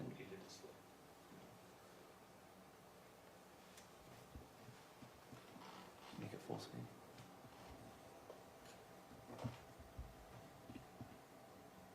That works. That works. Thank you. So this is Matthew Restelli. It's pretty obvious what he's doing in this photo. It's a wedding photo. This was Matthew at one of his best times in his life. Matthew was a husband, father to 3 children, son to Diane. Fortunately, in this trial, you also saw Matthew at his worst.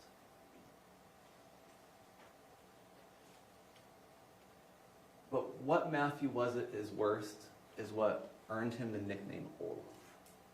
The talkative, friendly, yet obnoxious snowman from a Disney movie. No one feared Matthew, not really. They made fun of him. They didn't fear him enough to be that worried when he was coming up. None of the family who wasn't in the home and part of the conspiracy thought to call the police. No one checked up on him after he got there for a long time. So why is it that Matthew Restelli ended up dead?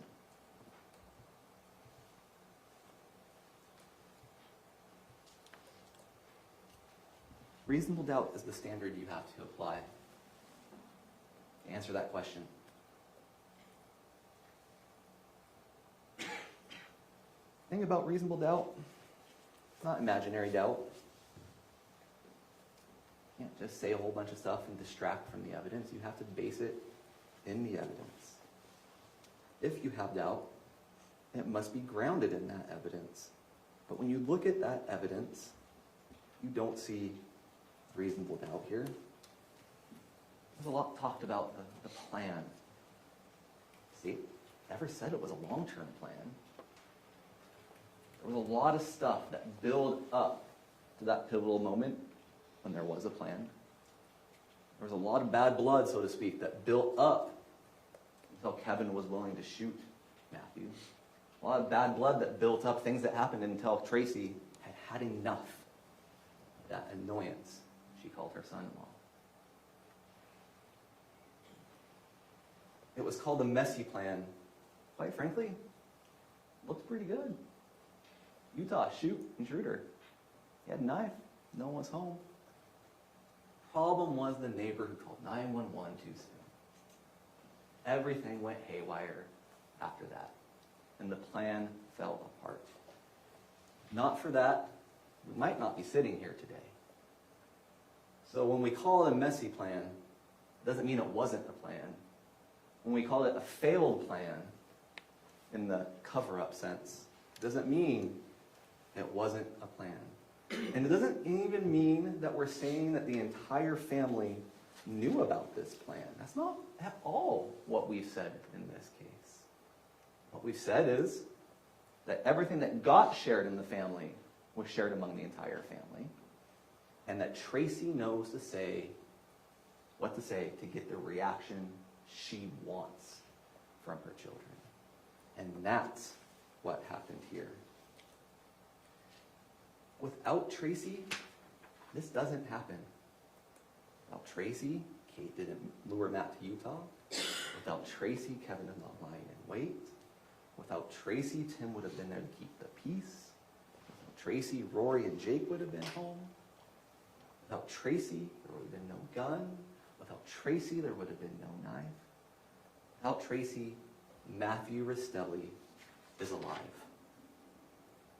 And to acknowledge this does not minimize Kevin or Kate's involvement in any way. You know, you want to talk about the cocaine? Fine, we can talk about the cocaine. Isn't it a reasonable inference that Kevin did cocaine so he had the nerves to do what his mother asked him?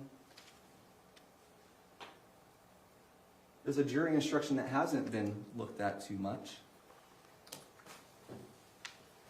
Instruction 24. There has been evidence to suggest that persons other than the defendant may have been involved in the crime for which the defendant is on trial. Your duty in this case is to decide only whether the prosecution has proven beyond a reasonable doubt the guilt of the defendant who is on trial. Kate pled guilty. Kevin was convicted. Your only duty to ask if Tracey was tried to this murder. And Tracey was tied to this murder. The plan went to hell. The plan didn't work. And Kevin was mad at her. Exhibit 131. Please tell Kevin that if he is mad at me and doesn't want to talk to me, he doesn't have to. I'm mad at me too. The defense said this is a case about a man who came to be with his family. There's truth in that.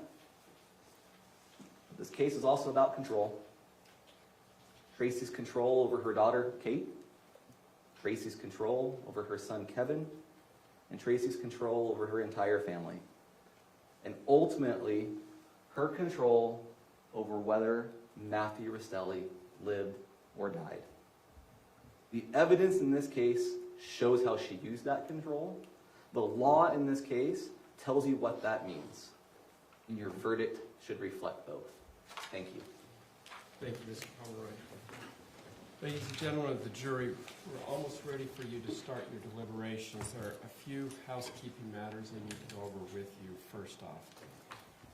As you all know, the jury notice that was sent out to you stated this is scheduled to be 3 weeks. It's not been 3 weeks. The attorneys tell the court how long it's going to be, and I scheduled the time for them. They were more efficient than they anticipated.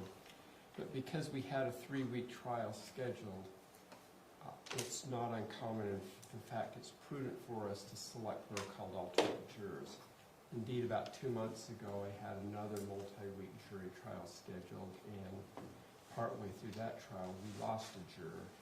But for having an alternate juror, we would have had to start the trial over again. So it's very prudent to keep the case moving forward. It's a prudent use of judicial resources, which means it's a prudent use of your taxpayer resources. We selected 2 of you to be alternate jurors in this case just because of the length of the case.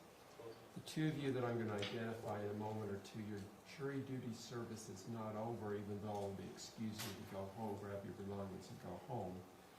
Because the jury is still working, there still is, although probably remote, there still is an opportunity or a chance that one of them may have an emergency at home. Say, I have 5 kids.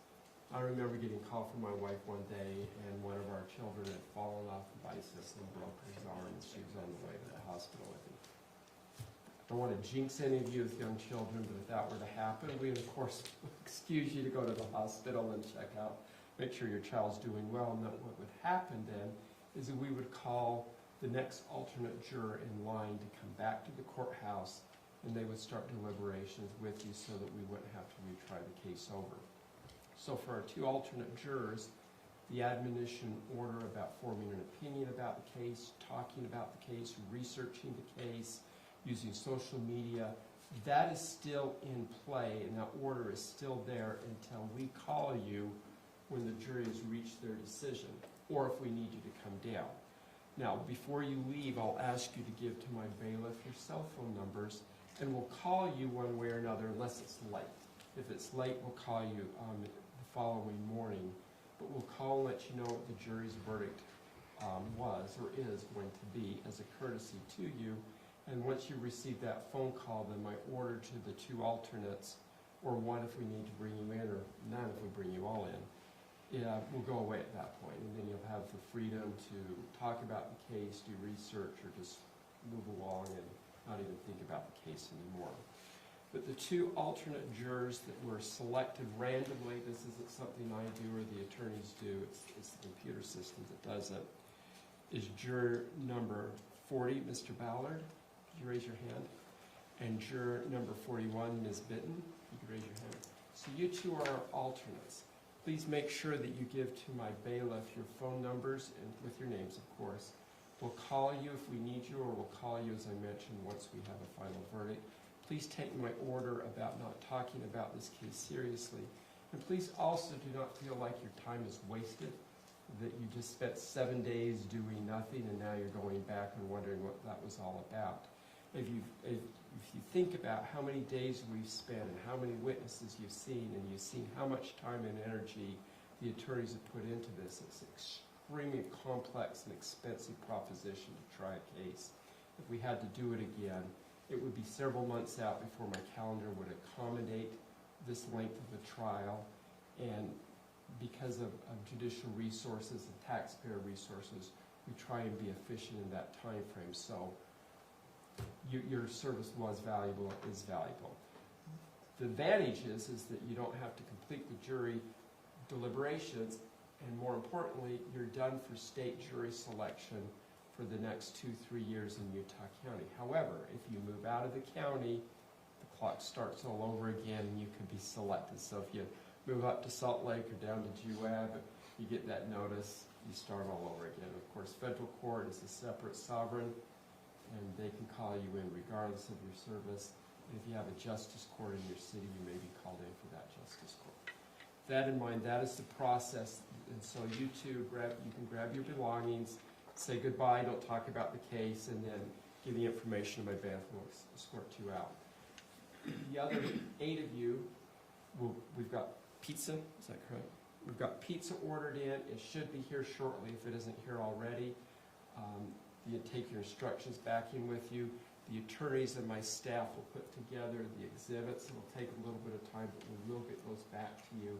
Electronic exhibits will be brought back on a neutralized laptop so you can look at those as well. With that in mind, if you'll swear in our deputy, please. You solemnly swear that you will take charge of this jury and take them to some private and convenient place where they may deliberate upon their verdict, allowing no one to speak to them, no do so yourself, unless ordered by the court, and return them into court when they have reached the verdict. So help you God. I do. Thank you. All right, deputy, if you'll take the jury out, please.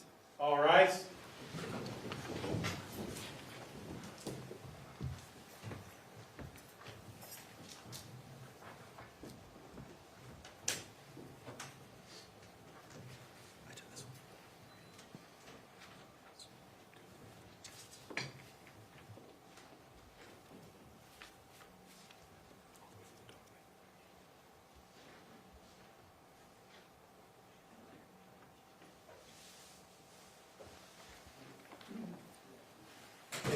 Seated. Thank you, counsel. Appreciate the 4 of you and how you tried the case. It's very professional. I watch as I'm listening. I hear you use your first names. It shows me how professionally you're working with each other, that you're not fighting even when you have disagreements. This would be a good case for young law students to study on how to get along and work and try a case. For instance, the state's paralegal was doing all the exhibits for Mr. Facemeyer. That just once again shows the professionalism for both teams. So thank you so much. Anything for the state we need to put on the record? No, Your Honor. Anything from the defense? No, Your Honor. Thank you. Once again, well done. If you would, counsel, come up and meet with Faye briefly to make sure that we have all the exhibits organized and put together. Also leave with us your best cell phone number and make sure you're no more than 15-20 minutes out. If I do have a question from the jury and you're out at your office. Mr. Facemer, is your office in Provo? On Freedom. Freedom? All right. We may just call you on the phone and get permission on the record that way, or if it's more complex, we may ask you to pop in. That in mind, then, thank you so much, Council. We'll be in recess.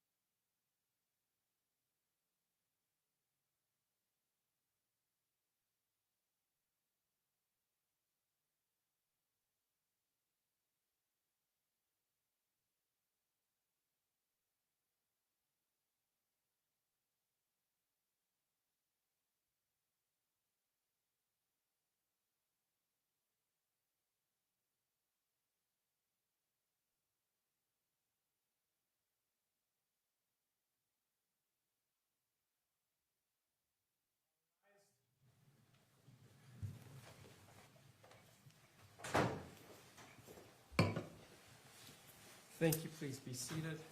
Let's go back on the record in the matter of State versus Tracey Marie Grist, case number 241101170.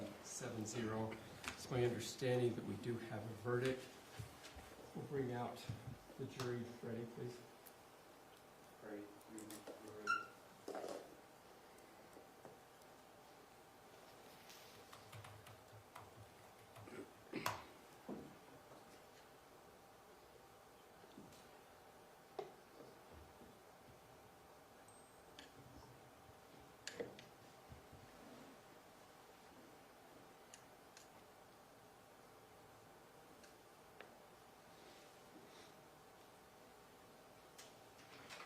All rise for the jury.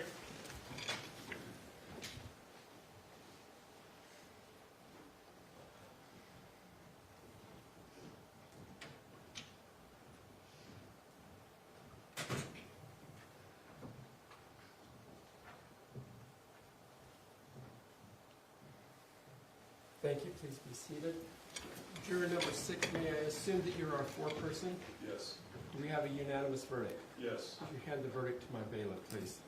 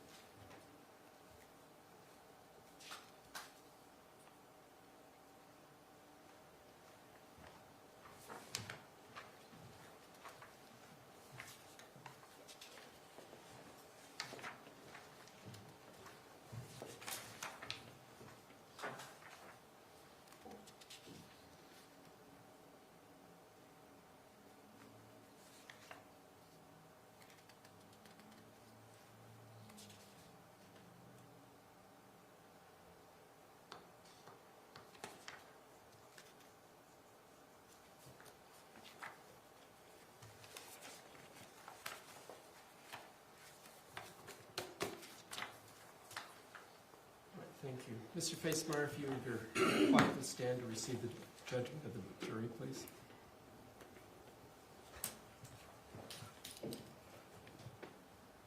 In the 4th District Court, Provo, Utah County, State of Utah. State of Utah Plaintiff versus Tracey Marie Grist, Defendant. Case number 241101170. Judge Roger W. Griffin.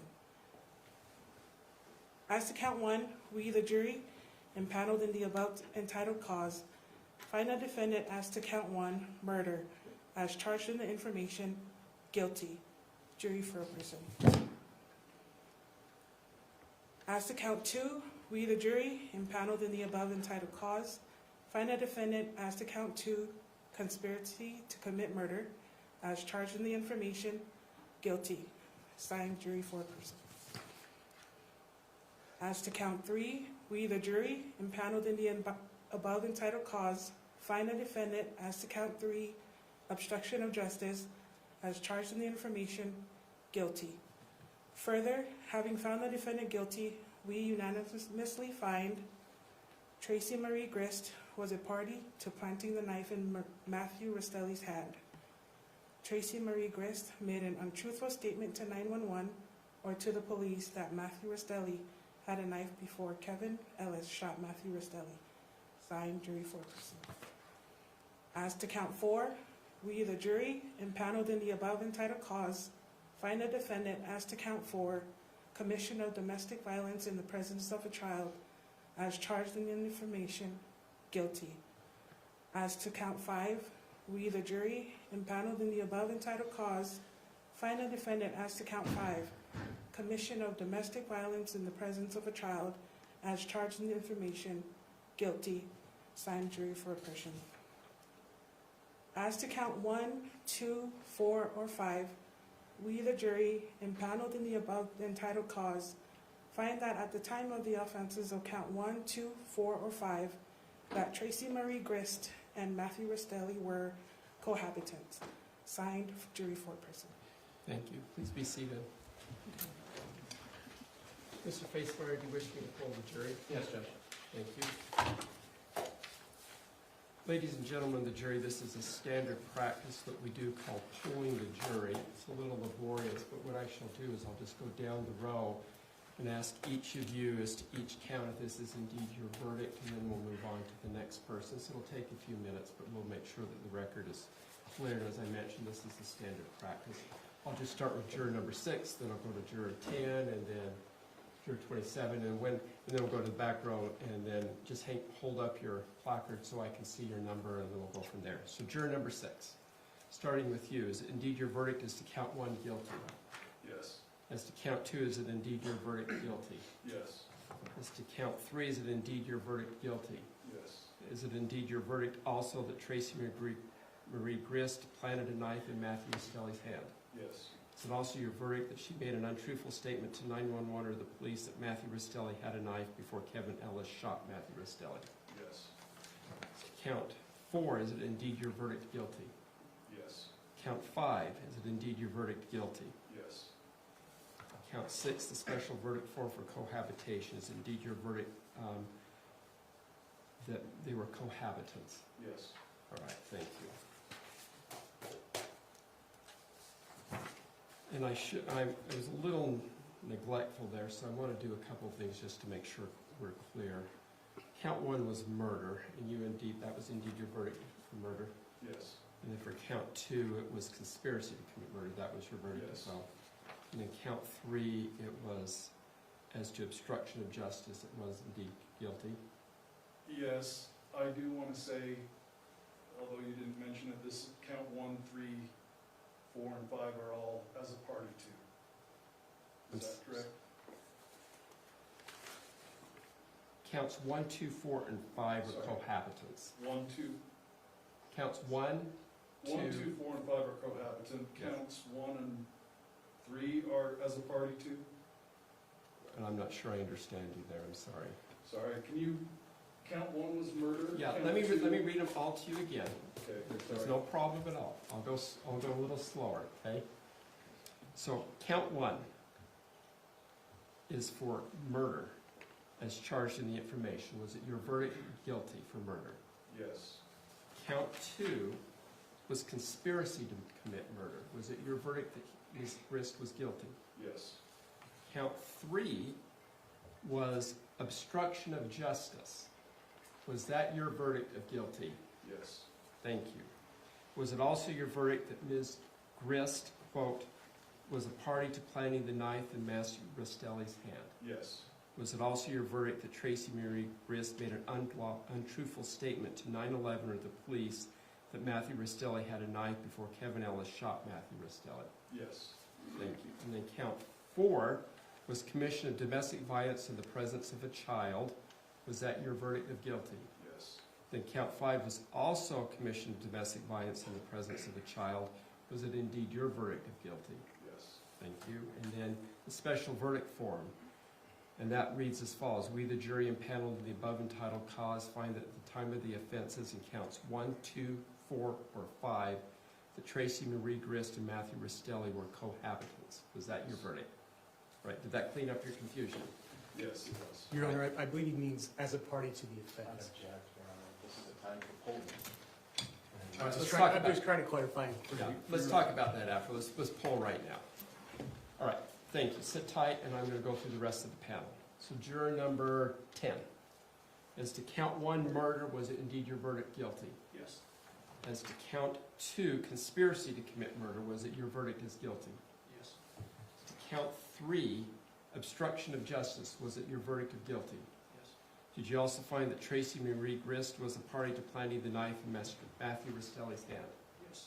Did you also find that Tracey Marie Grist made an untruthful statement to 911 or the police that Matthew Restelli had a knife before Kevin Ellis shot Matthew Restelli? Yes. Thank you. Counts 4 and 5. Count 4, commission of domestic violence in the presence of a child. Was it your verdict of guilty? Yes. As to count 5, also commission of domestic violence in the presence of a child. Was it your verdict of guilty? Yes. And then the special verdict form. We, the jury impaneled in the above entitled cause of action, find that at the time of the offenses in counts 1, 2, 4, or 5, that Tracey Marie Grist and Matthew Restelli were cohabitants. Was that your verdict? Yes. Thank you. Juror number 27. As to count 1, murder, was it your verdict of guilty? Yes. Count 2, conspiracy to commit murder, was it your finding of guilty? Yes. Count 3, obstruction of justice, was it your verdict of guilty? Yes.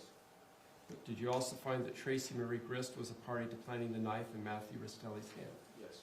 Did you also find that Tracey Marie Grist made an untruthful statement to 911 or the police that Matthew Restelli had a knife before Kevin Ellis shot Matthew Restelli?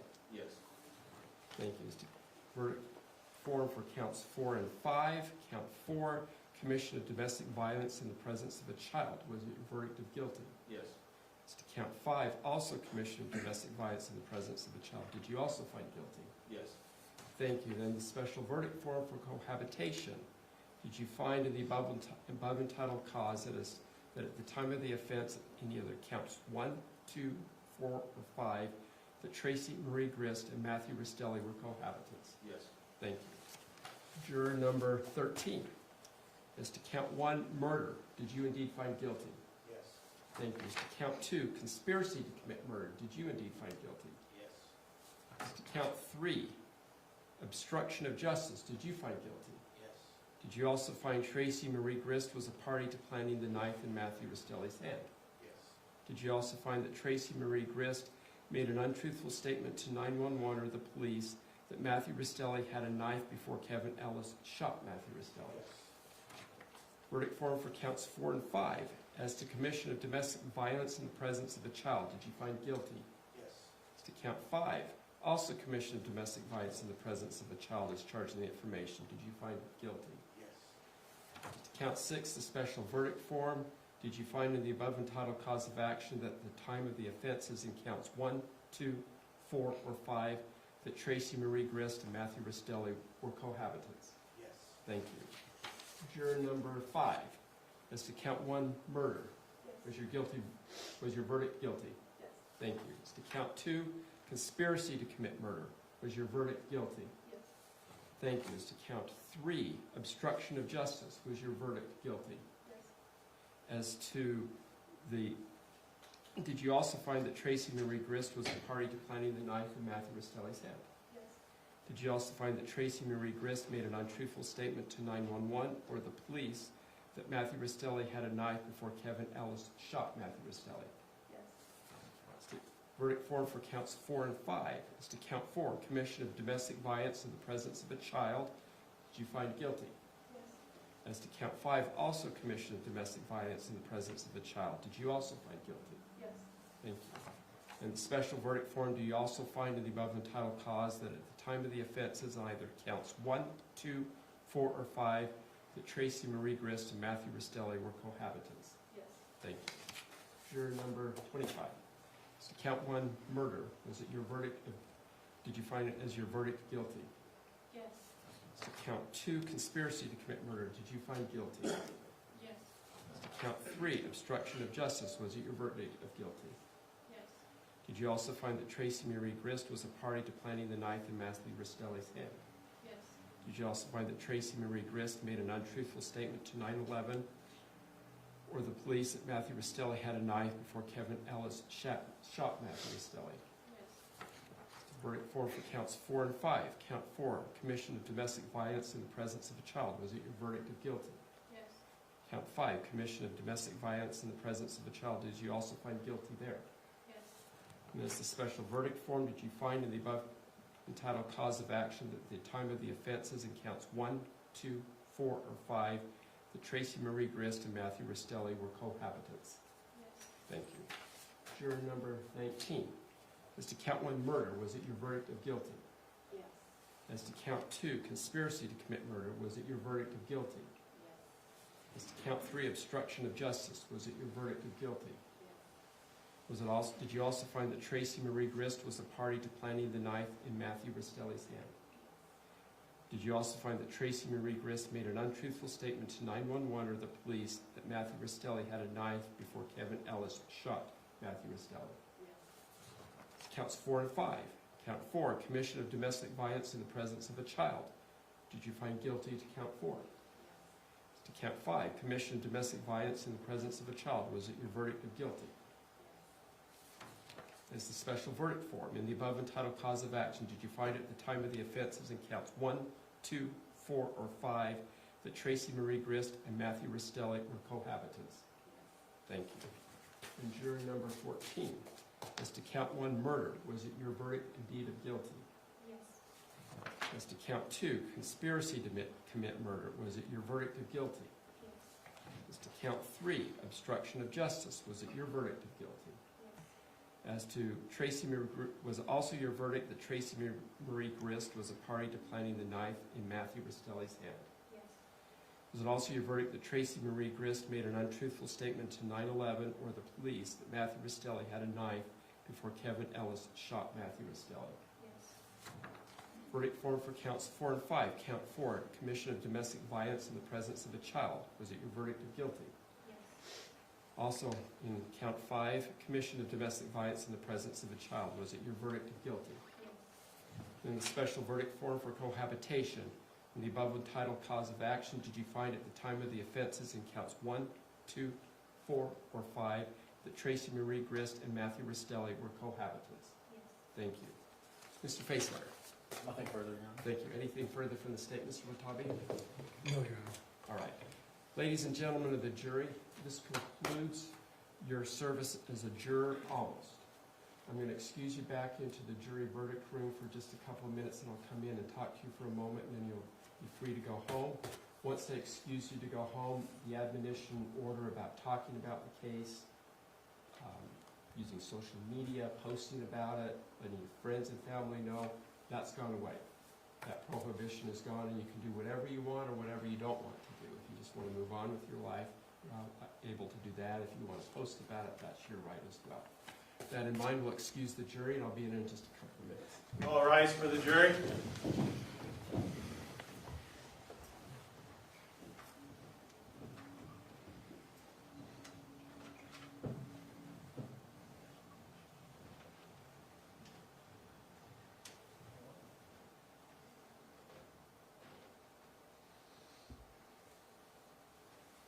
Thank you. Please be seated. All right, let's get a sentencing date. I'm assuming we'll want a special set again. Is that correct, Mr. Watabe? Yes, Your Honor. How much time do you think we'll need? You could do 2 hours just to be safe, Your Honor. You concur as well, Mr. Faisler? 2 hours? Yes. To be safe. I think in the prior ones we did about an hour, wasn't it? Approximately. Yeah, it was about an hour. But we'll go 2 just to be safe, Mr. Faisler. All right, so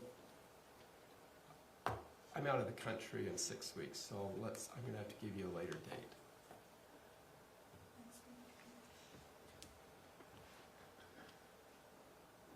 Are we saying June is what we're saying? I'm sorry, Mr. Faisler? June? Yes, we'll be in June.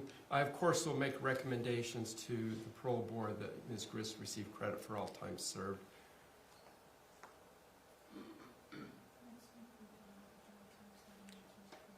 About Monday.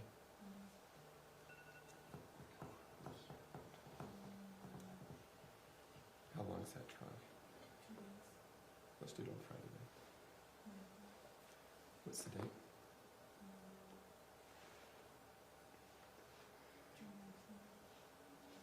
June 19th, it's a Friday at 9 a.m. Does that work for you, Mr. Watabe?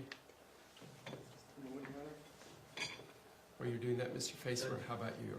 Okay, perfect. Can I ask what the current state law is for June 19th? Is that Juneteenth, which is a holiday for the state now? Yeah, Monday's the holiday. We celebrate it on the Monday? Yeah, this is, I think, the last year that we do that, and then we go back to this, the way the rest of the country celebrates.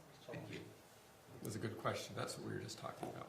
You said that works for you, Mr. Faisler? Thank you. Mr. Watabe? I'm still checking. Okay, thank you.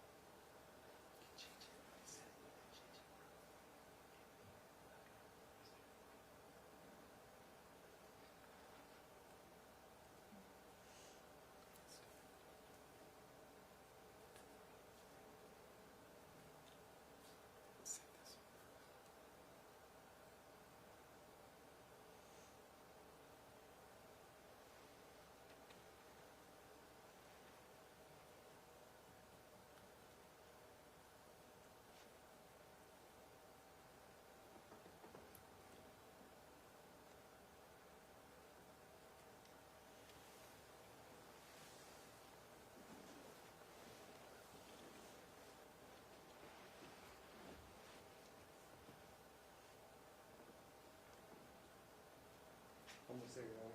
Sorry.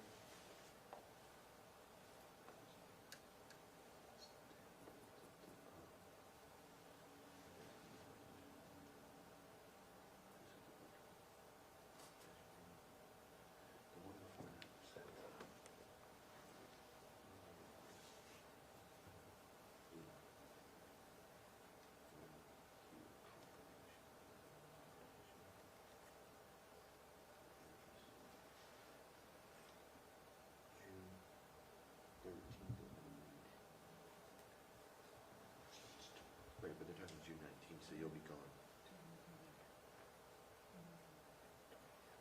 Yeah, they're gone. You're not in June 19th, Your Honor. What was the other date? What did we say? All right, Friday before June 12th, 9 a.m. Does that work? Yeah. Does that work for you as well, Mr. Facebar? They leave the 12th. That won't work as well, Your Honor. You can do the week after June 19th, right? Any day during the weeks besides Friday and I've got some trials is the problem.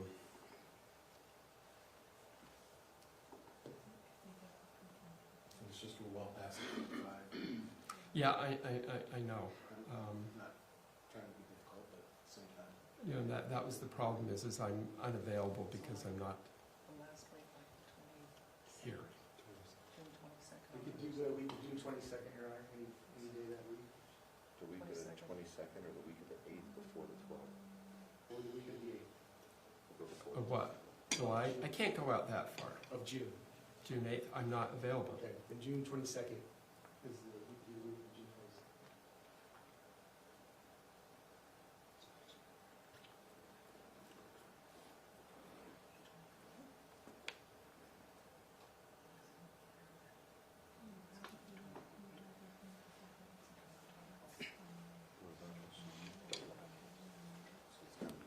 Is that a 7?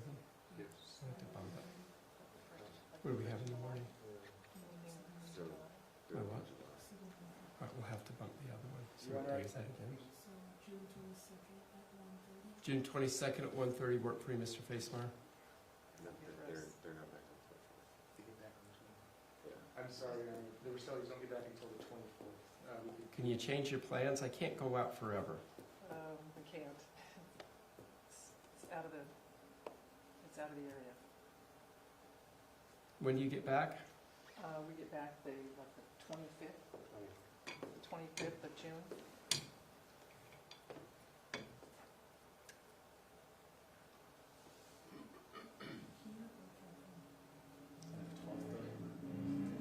No, the 12th didn't work. For somebody.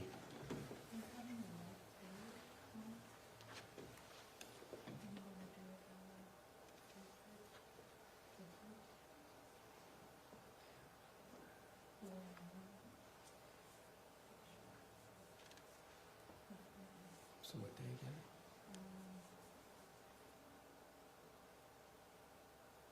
What time do the Restellis leave? What day?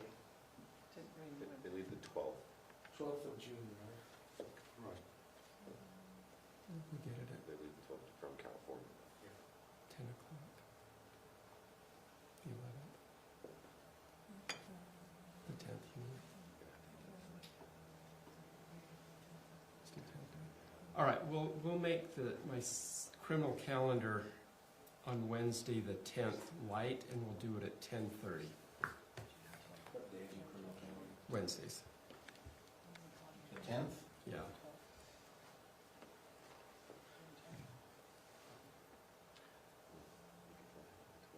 I'll make it. Thank you, Mr. Facemer. I appreciate that.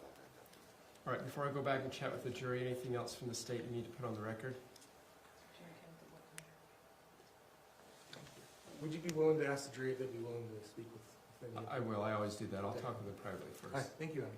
Anything from the defense, Mr. Facemeyer, to put on the record? Just checking the time for... 10:30 on the 10th. We'll do a light calendar that morning to accommodate the sentencing. But there may be a little bleed over, so people have to be a little flexible. Does that still work? Oh, yeah. Checking the, ask for the time, just making sure. All right. And anything you need to put on the record? No, Your Honor. All right, thank you, counsel. We'll be in recess. I'll speak with the jury briefly. If they wish to speak with counsel, I'll let my bailiff know they can bring you up. Thank you. We're in recess. All rise.